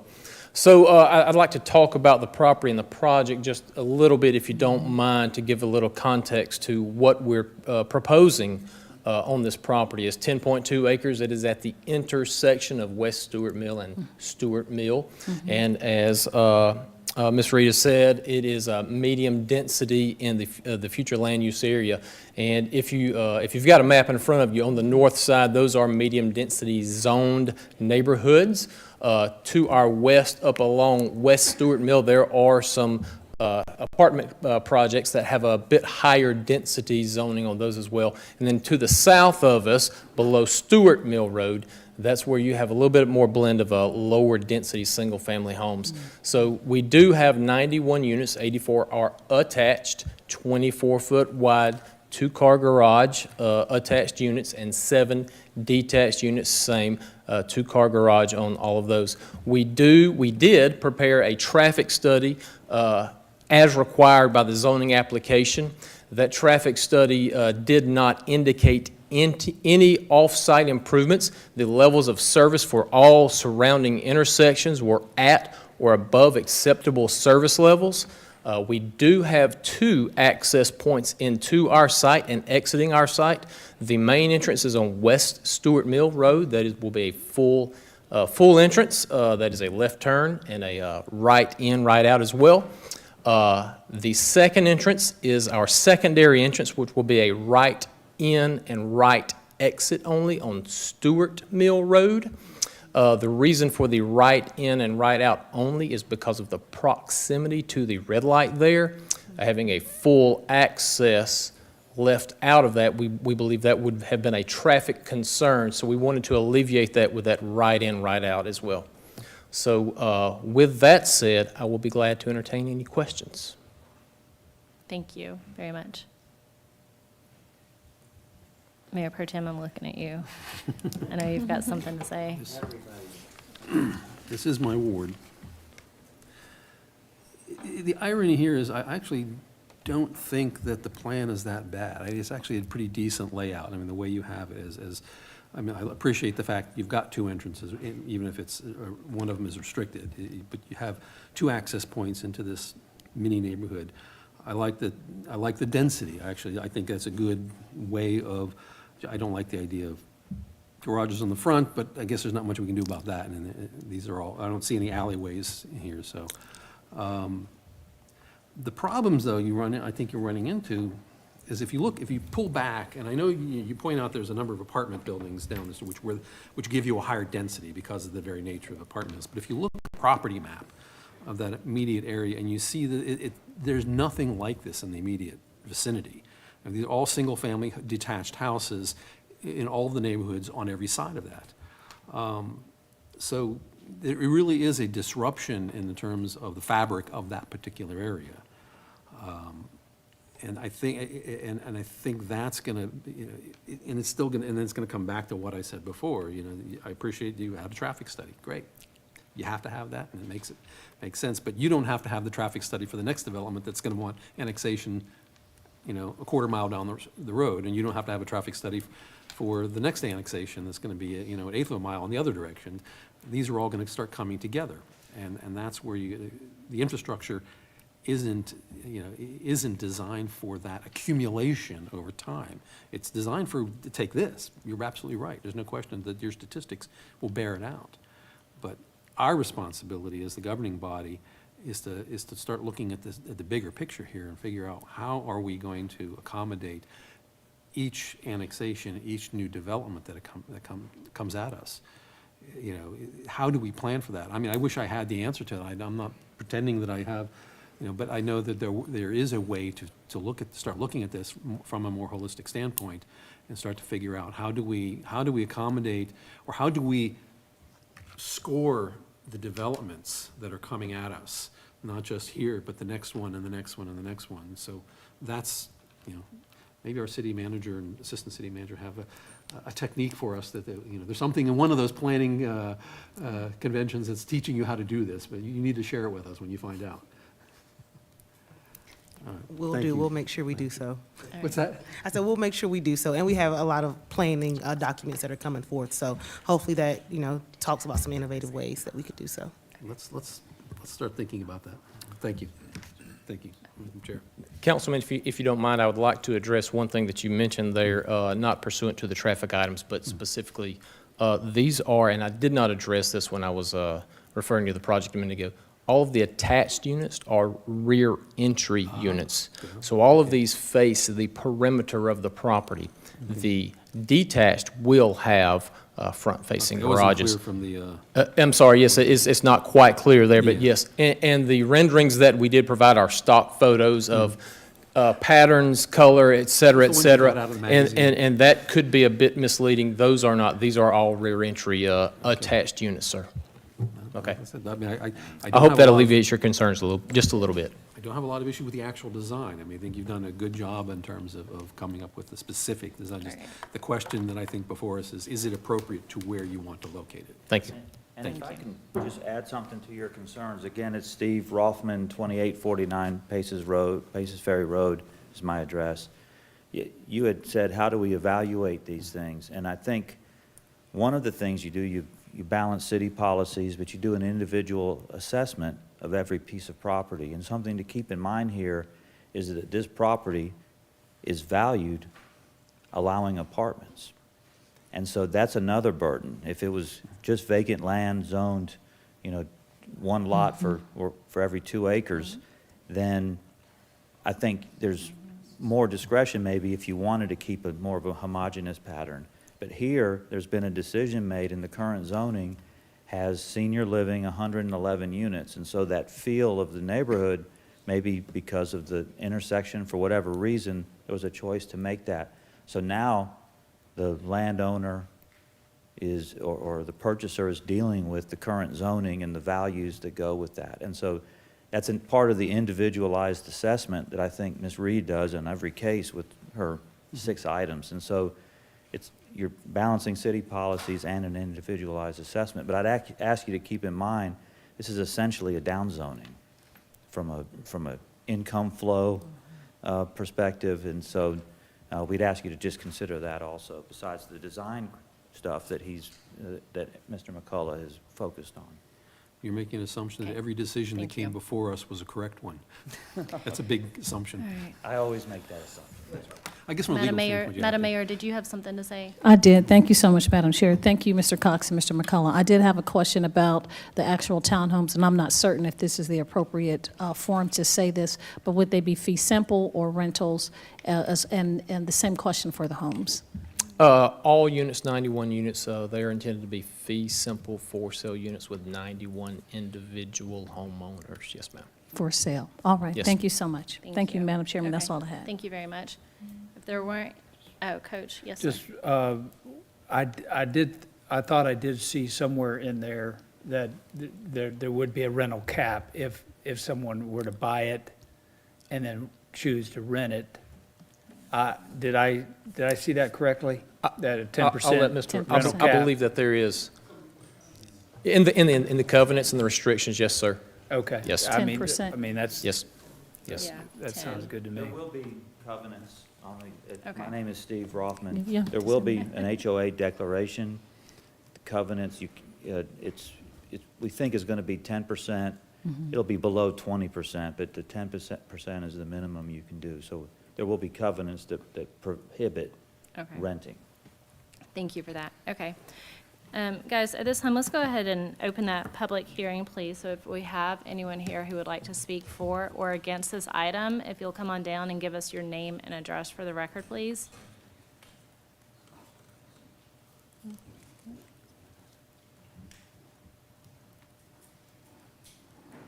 Thank you for coming, Mr. Burney. We appreciate you being concerned citizen. We'd love to hear your comments. Good evening, Barney Young Jr., 7049 Rose Lake Circle, Douglasville, 30134. So in this past election cycle, I was the campaign manager for Terry Searcy. And one of the biggest things that we heard from the community was there was like a lot of concern about the growth. And one thing that we came up with as part of his platform was to do a moratorium on building. He proposed a moratorium on townhouses, apartments, and warehouses. And then the county has just adopted a 90-day moratorium. So I'd just like to ask the board, ask you all, the city council, to consider following the county's lead and doing the moratorium so we can sit back and maybe look at that traffic study that Mayor Pro Tem Miller mentioned. I think it's a really good idea because we've had a lot of growth here, and there are like a lot of units. The schools are struggling to keep up. I know the Douglasville City Police have openings. The county has openings. The county sheriff has openings. The fire has openings. So of course the services are being stretched thin. So I really think it's time to take a step back, do the moratorium, and just start planning out a little bit better. Thank you. Thank you for that, Mr. Young. And if I can, I'll go ahead and share with you, in my time that we've been on council, or that I've been on council, Mr. Young, we have actually had a few moratoriums, but when we've done those, it's not been just a broad moratorium. It's been because we needed to address something. If we needed to look at a certain zoning or a certain code, that's when we've done those moratoriums so that we could address those things. And also, if we were to enact a moratorium at this time, it would not stop any of these applications that we're looking at right now, because you have to run through all of the applications. So say we were to enact a 90-day moratorium starting next month, all of the applicants who have already submitted, we would still have to hear all of those applications. So it's something a little bit bigger than that. But I do thank you very much for that comment. That's all understood, like for instance. Mr. Bernie, Mr. Young, if you can come forward, I apologize. I want you speaking from the audience, and you're making a second appearance, but I guess you are talking back to the chair. Yeah, so more specifically, there is a development that they have not made application for, I don't think yet, that's right behind my neighborhood. That's for like 450 apartments and like 300 townhomes or something like that, right, which is huge. So. Okay, so probably with this item, we're specifically dealing with the Stewart's Mill one. Yeah. So if you want to I come was just back, saying, but Yes, this sir. particular one is just making me think about the moratorium. Yes, sir. I'm just saying in response to the applications that are already Yes. there, I understand that. Yes, sir. I'm just talking about the future ones. Yes, sir. You can come back during citizens' comments and delegates if you want to talk to us about you. any other development. So, Thank you. Thank you very much. Well, guys, if there were no more comments regarding this item, I'm going to go ahead and close the public hearing. Council, did you guys have any questions or any other questions or comments for the applicants? No. With that being said, guys, I say we take this item up on Monday. yes, ma'am. Thank you. Thank you guys for being here this evening. It's like an infomercial, but. We're on item D. Next item, item 24-227, that says to hold a public hearing and consider proposed amendment to the Unified Development Ordinance for subsections 2.02, 8.01, and 13.02 to provide clarification regarding data center usage. And Ms. Shayla Reed is going to go over this item with us. Thank you, Yes, Ms. Reed. ma'am. Thank you. You may recall this came before you all. We asked for it to go to the Planning Commission, and then the Planning Commission heard the item, and we're bringing it back to you to request for adoption. During the time of us bringing it to you, everything seemed to be okay with the request. Of course, there's a table change that we're making, clarifying where data centers are allowed versus not. There's a definition that we had provided that was the one concern that was had as to whether that definition was a little too inclusive and wasn't spelling out what a data center was. So we went to another city's UDO and found an example of what a data center would include. So we have put that information inside of your text amendment before you. In addition to that, NAICS code, of course, that's what we're using during our business license processing or during our UDO usage. We're clarifying the language there as well. And then lastly, of course, you've seen a number of variances coming your way for this particular use, and that's because this particular use does not have a large number of employees, nor does it have the truck usage that you would normally see with this size of a development. So we're asking to reduce that requirement to allow for the variances to reduce from a request. So with that, staff is requesting that you consider this application for this amendment, as well as the Planning Commission recommended approval. Thank you. Thank you, Ms. Reed. Council, do you guys have questions of Ms. Reed regarding this item? I can't. Yes. I don't have a question, I just have a comment and say hallelujah, thank you. Yeah. Thank you. Guys, since this is a public hearing, we're going to open the floor if there's anyone who would like to speak on this item, but of course, this pertains only to this item concerning the data centers. And if we don't have anyone, I'm going to go ahead and close that public hearing. And if there are no further questions, we'll take this item up on Monday. Ms. Reed, thank you so much for explaining this and getting this done for us. Yes, ma'am, thank you. Oh, shoot, August 1st. Last one. Item number 24-257 says refer to the Planning Commission a proposed ordinance to amend Articles 10, 11, and 12 of the Unified Development Ordinance regarding Georgia's zoning procedures law. Thank you. I'm actually going to defer it over to Miranda. We partnered together to get this over to you. So I'm going to start with her first, and then she'll pass it back to me. Thank you. Yes, ma'am. Thank you. Miranda Jordan, 6695 Church Street, staff attorney. So this was a collaborative effort between engineering, community development, and the legal department that we've been working on for a while, and it is a rather lengthy amendment. At this time, we're just going to be asking council to refer this to the Planning Commission. So it is in its final form, and we hope that that referral process and then bringing it back to you later in the month of August will give you plenty of time to dive deep into the document. The document actually has all of the changes tracked so that that can easily be seen, the items that were changed. So you have two different categories of changes that we are proposing from staff. The first category is compliance with state law for a number of different things, and then the second category is housekeeping items only. And so I'll start with the housekeeping items. Misspellings, grammar, or wrong word usage. There were some duplicate sections included where it just had like an A, B, C, D, but C, D were the same as A and B. So those were cleaned up and removed. Cleanup of procedure as it is actually done. For example, there are mentions in Articles 10, 11, and 12 of items that the Community Development Department handles, which actually our engineering department now handles. And that restructuring needed to be indicated in our code. We also needed to correct contradictions and redundancies in procedure. Some of those things have been found sort of by accident when we're researching what a procedure should look like. Correcting wrong cross-references to other sections of the UDO.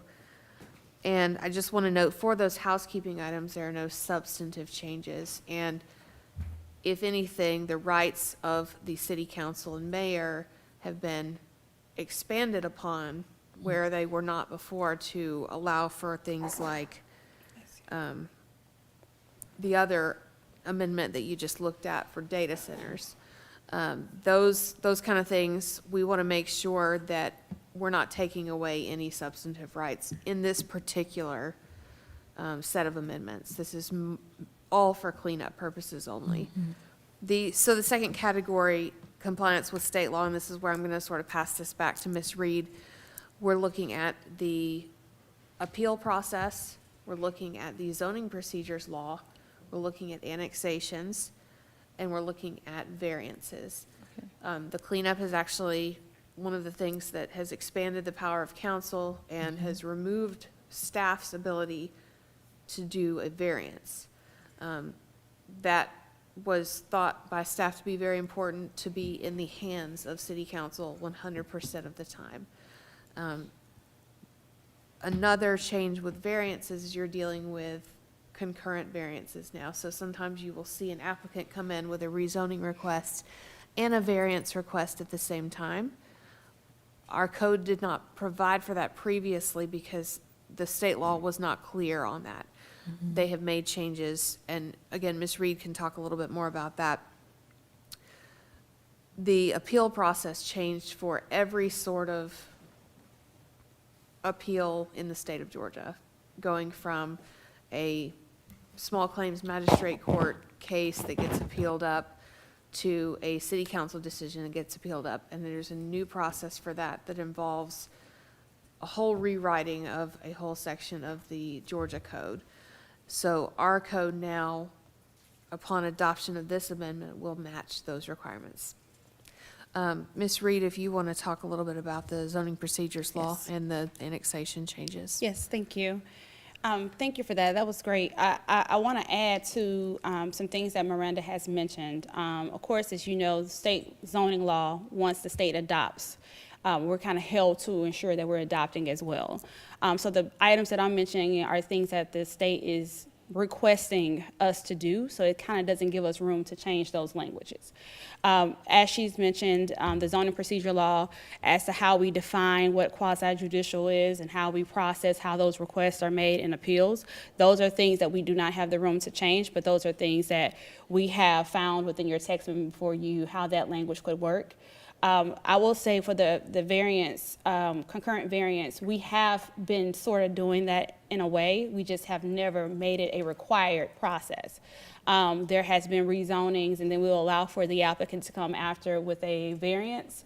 Now it's required that they are coming together. If we're aware that there is going to be a zoning change and that applicant cannot meet that particular zoning requirement, the variance can follow on the same agenda to ensure that the development leaves with everything it's needed to move it forward. One thing that Miranda mentioned that I would love to kind of express a little deeply, I have the authority to give an admin variance, and it spells that out to what extent. However, the state now says in order for an admin variance to be granted, it must be done at a public hearing. So it's no difference between the variance you're providing and the variance I'm providing. So now it says that I technically don't need to give a variance because it can be provided at this level. And that makes sense to me that it needs to be solely with you all. Next, if the city initiates a multifamily development, if it comes from a single-family development into a multifamily development, if you're initiating it, it goes through a very detailed process. It adds a number of additional public hearings, a number of advertisements, a number of things of notifying the public. So that's spelled out as well in your text amendment. So the state requires different levels of extremes now for those particular multifamily developments to have for the local government. Lastly, Miranda mentioned annexations.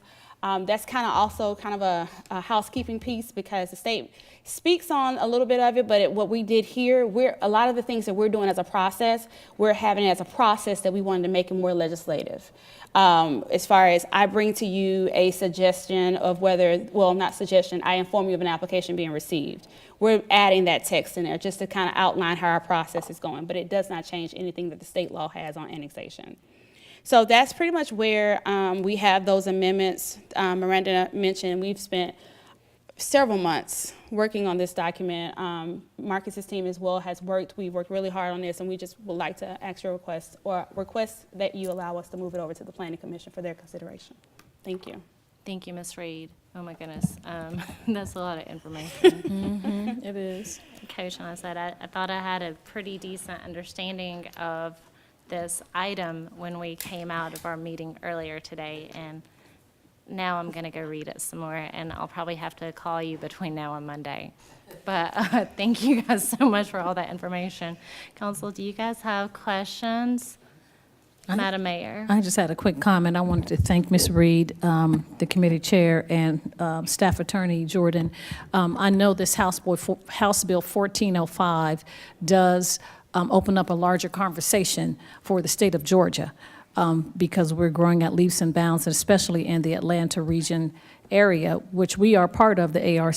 We're not an island on our own. We're part of the Atlanta region. So as the region grows, we have to prepare for this growth. And I think this bill, 1405, with the additional comments from our professionals at the city will help us to kind of put our arms around how we develop and how we grow in the community. So thank you so much, and thank you for your hard work. And we'll try to eat this elephant one bite at a time. No pun on the Delta elephants, but you know. All right. Thank you, Ms. Reed. Thank you, Madam Chair. Thank you, Madam Mayor. Any other questions? Coach? Ms. Reed, I know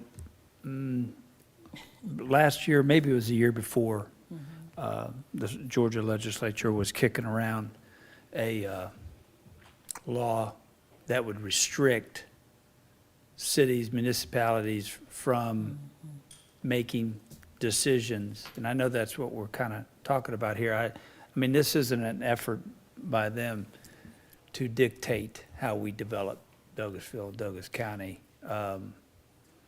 because the law that was being entertained that never made it through wherever it had to make it through, but it's been attempted twice to tell the city of Douglasville that we can't say no to certain types of development.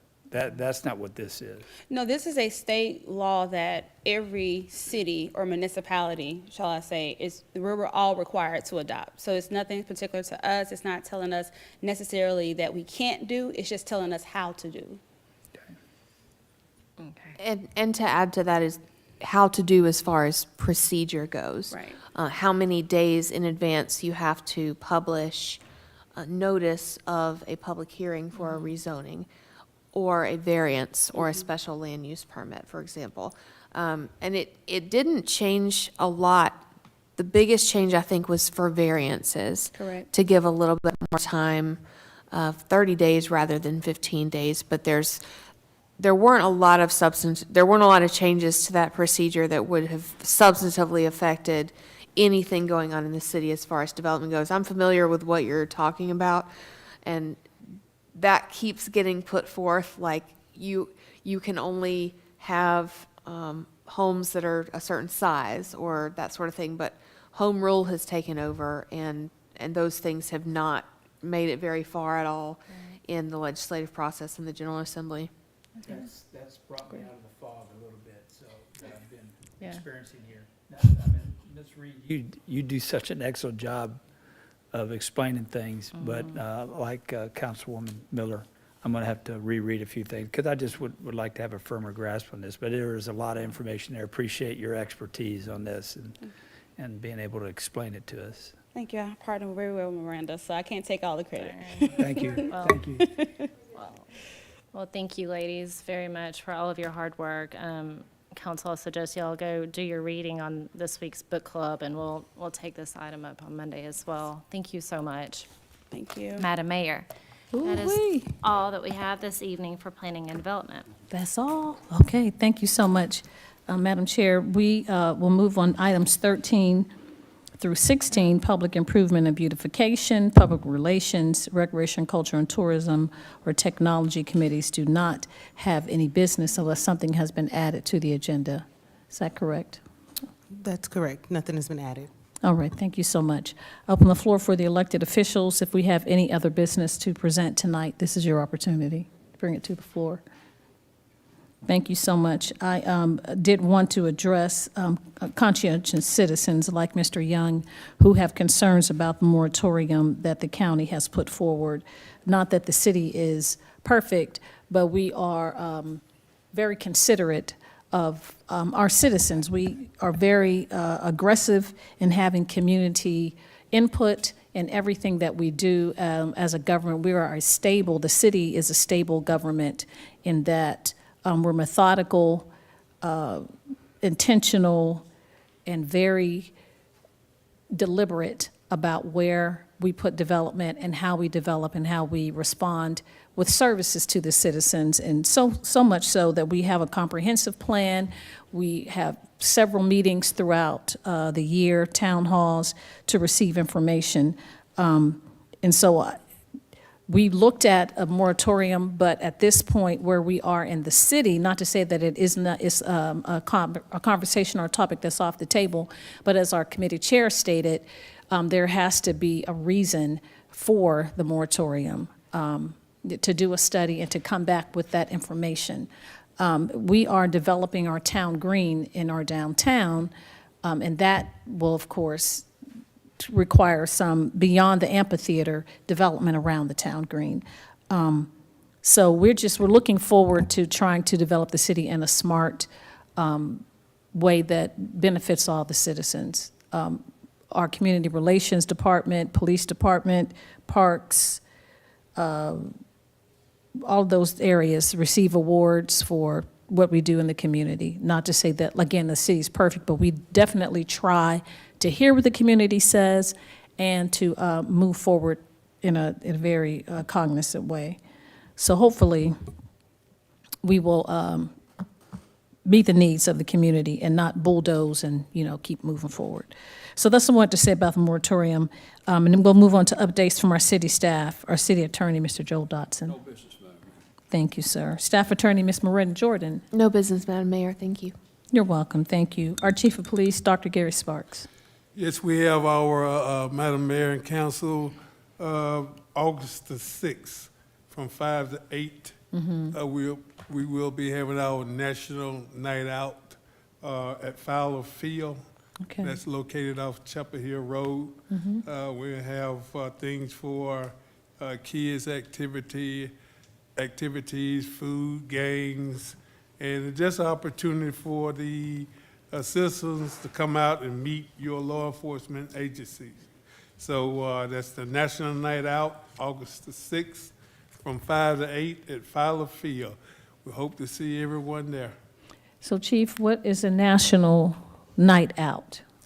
Well, it's an opportunity for the citizens to come out and, get to meet the law enforcement officers, also, touch the trucks and, we have our K-9s out there and all the things that, not all the things, but some of the things that you provide us with to make sure that our citizens are safe. Yes, We'll sir. have those things out for people to come and see.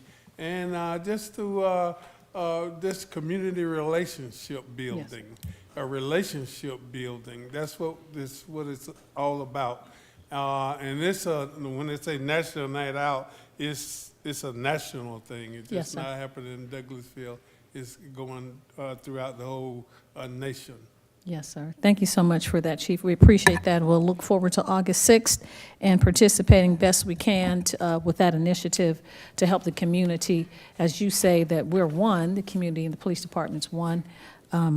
So we appreciate that, and we look forward to that opportunity to serve. And again, as you move forward, being one with the community, being the chief of the year for the state and the police department, the police department, #1 police department in the state of Georgia for the year. So we appreciate that. All right, move on after our chief to our deputy city manager, Ms. Chelsea Jackson. Yes, ma'am. Just brief announcement. You all received the email from me on Monday regarding the Town Green Concert Series. Of course, we have concerts on August 24th, September 14th, and October 5th. As you all know, we work with RCS Productions to provide artists, a diverse array of artists for individuals to enjoy. As always, staff will continue working from the list that we provided to the Talent Selection Committee, which was in January of 2023, and that was provided through RCS. We'll continue working through that list, and of course, for the spring 2025 concert, you'll have staff come before you at the beginning of the year to gain the consensus of those artists. So just wanted to make that announcement, and as well as if you haven't seen that email, please check the email that I sent out this week. Yes, ma'am. So even some of the artists, if they're controversial or whatever is happening in the community with them, we have a contractual agreement with those artists from RCS that has been going forward, as our deputy city manager has said, a year prior to the actual concert. So if we have a situation where we've signed with an artist, unless it's something egregious, we cannot get out of the contract unless we pay them out or whatever our legal staff says. So since we do have that agreement with RCS, which is our firm, that is the conduit in between, the bridge between ourselves, which is an independent board that brings forth those artists that we appointed, and the actual artist, then we have to stand with the agreement that we've signed with those artists sometimes a year prior to them coming to the city. And Madam Mayor, when selecting those artists, we make sure that we speak with the chief and deputy chief regarding those artists. We want to make sure we don't bring any artists that have any public safety concern or any criminal record. So as long as those artists don't have any concern as it comes from our public safety department and our police chief, then we will continue booking those artists. We want to ensure that those artists don't provide like a safety hazard or have a criminal record. And so any artists that we booked have not. Oh, thank you so much. Thank you, Deputy City Manager. Now we'll move on, then we're past item, it's been a late evening for us. We usually don't stay this long, but we're at item 19, which is staff reports, and we'll have one under Finance Committee and then another one under Planning and Development Committee. So the Finance Committee one is our staff report on proposed millage rate for 2024, and that is our Assistant City Manager, Ms. Karen Callan, and CFO. Yes, ma'am, Madam Mayor. Thank you. Karen Callan, 6695 Church Street. So we have received our valuation from Douglas County tax assessors, and it is time to adopt the millage rate. And as we discussed in our strategic planning session in January, and based on the outcomes of the service delivery agreement for fire services, animal control, in addition to our reduction in the local option sales tax percentage, we are recommending that we publish an increase of 1.25 mils. So we're proposing not to adopt the rollback rate.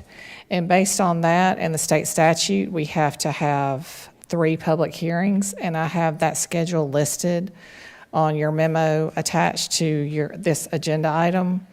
So the first and second public hearing will be 10 a.m., 6 p.m., August 15th, and August 29th will be the third, and then a special call meeting to adopt the millage rate at 5:30. If you page down, there's a 5-year history. You'll see the ad that we'll need to run in the paper. The millage rate will total 8.749.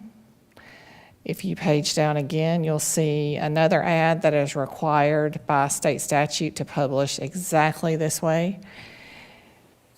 The impact to someone with a $350,000 house would be $175 a year, which would be $14.58 a month. And for a $300,000 house, that would be $150 a year and $12.50 a month. So that is what we're proposing. We wanted to get consensus before I run the advertisements next week. Thank you so much, Ms. Callan. Do we have any comments from Coach? No, ma'am. I think our assistant city manager has done a good job of laying out why we have to do this. And just anybody else who wants to chime in? Part of these fire services we're paying, we had to raise it for that reason, or a service delivery agreement to provide fire protection and animal control. Any other? All right, no, thank you, Ms. Callan. Thank you. We'll move on. We have another staff report, and it is concerning a development plan for a 17.08 acres located at Veterans Memorial Highway and Whitley Drive in Land Lot 192, District 2, Section 5, Parcel ID 01920250064, 01920250063, 01920250062, 01920250061, 01920250060, and 01920250059, application by Planners and Engineers Collaborative, Kenneth Wood, and this is Councilmember Nicole Miller's item, but we were going to have Mr. Gray, Dana Gray. Yes, sir. Say your last name. I was going to say Gray, to say give us an overview and then have any comments. But he's just given us a staff report on the development plan. Yes. Good evening, Madam Mayor and Council. My name is Dana Gray. I'm at 6695 Church Street. As stated, this is a development plan consisting of about 17 acres located on Veterans Memorial and Whitley Drive.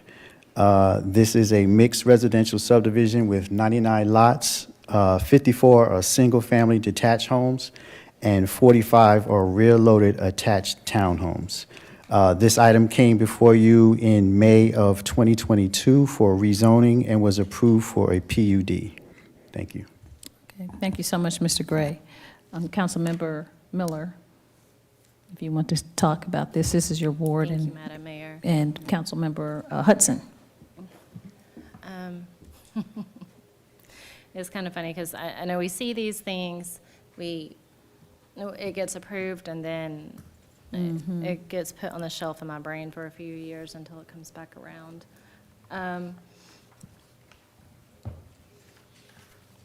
and I know that this is just a staff report, but Mm-hmm. what is the time frame for this and what happens now? After you review you. this, it goes into the LDP phase. Bless you. I'm sorry. It will go into LDP, Okay, so it'll go into review by various departments for the LDP for approval, and then they get a permit and they can start moving earth. okay. So honestly, like when I looked at it this time and I thought, whoa, that's really dense to be right there, but we've already approved it. So I don't think, is there anything that can be done about that? Not at this point. No, you're just sharing with us, okay. Was there anyone who wanted to say anything on that? Okay. I do remember us having a lot of community comments on this Right. particular development, and it does look like some improvements were made as far as amenities with a dog park and other, if we're on page 5, looking at some of the pool and some of the other amenities, as well as a rear entrance that is in the back that will be for public safety, for Right, fire that's or just for police. emergency, right? For emergency, yes, ma'am. It'll be locked off unless there is an emergency, and that is at the bottom of your page 5, near the green space. Okay. So that is correct. They improved the amenity area. They provided a pond with a trail around it. It looks like they added some trails toward Veterans Memorial Highway and a pocket park. Yes, and a dog park, Yes. Okay, pools, yes. appreciate that. Mm-hmm. Thank you very much. Councilman Estes, did you have something to add to that? Not specifically for this. I'm just curious as to why this is showing up as a staff report. I've never seen this before, so I'm just curious. We've done staff, I believe we just did one maybe about 2 or 3 weeks ago, but at the beginning of the year, you all asked to see the development plan before it actually went through the process, so. Okay, sorry. That's bad memory on my part. Thank you. It's a lot to remember, Councilman It's Estes. okay. I kind of thought the same thing earlier. Okay, thank you very much. Thank you. For that report. Madam Mayor, that's the conclusion of our staff report. Thank you so much, Madam Chairman. Thank you, Mr. Gray. Now, we have completed all of our items, and we're down to item number 20, comments from citizens and delegates. If you sustain the meeting and you'd like to speak to us, please come forward, give us your name and address for the record, and you have 5 minutes to talk to us about any business germane to the city of Douglasville. Yes, sir. Good evening.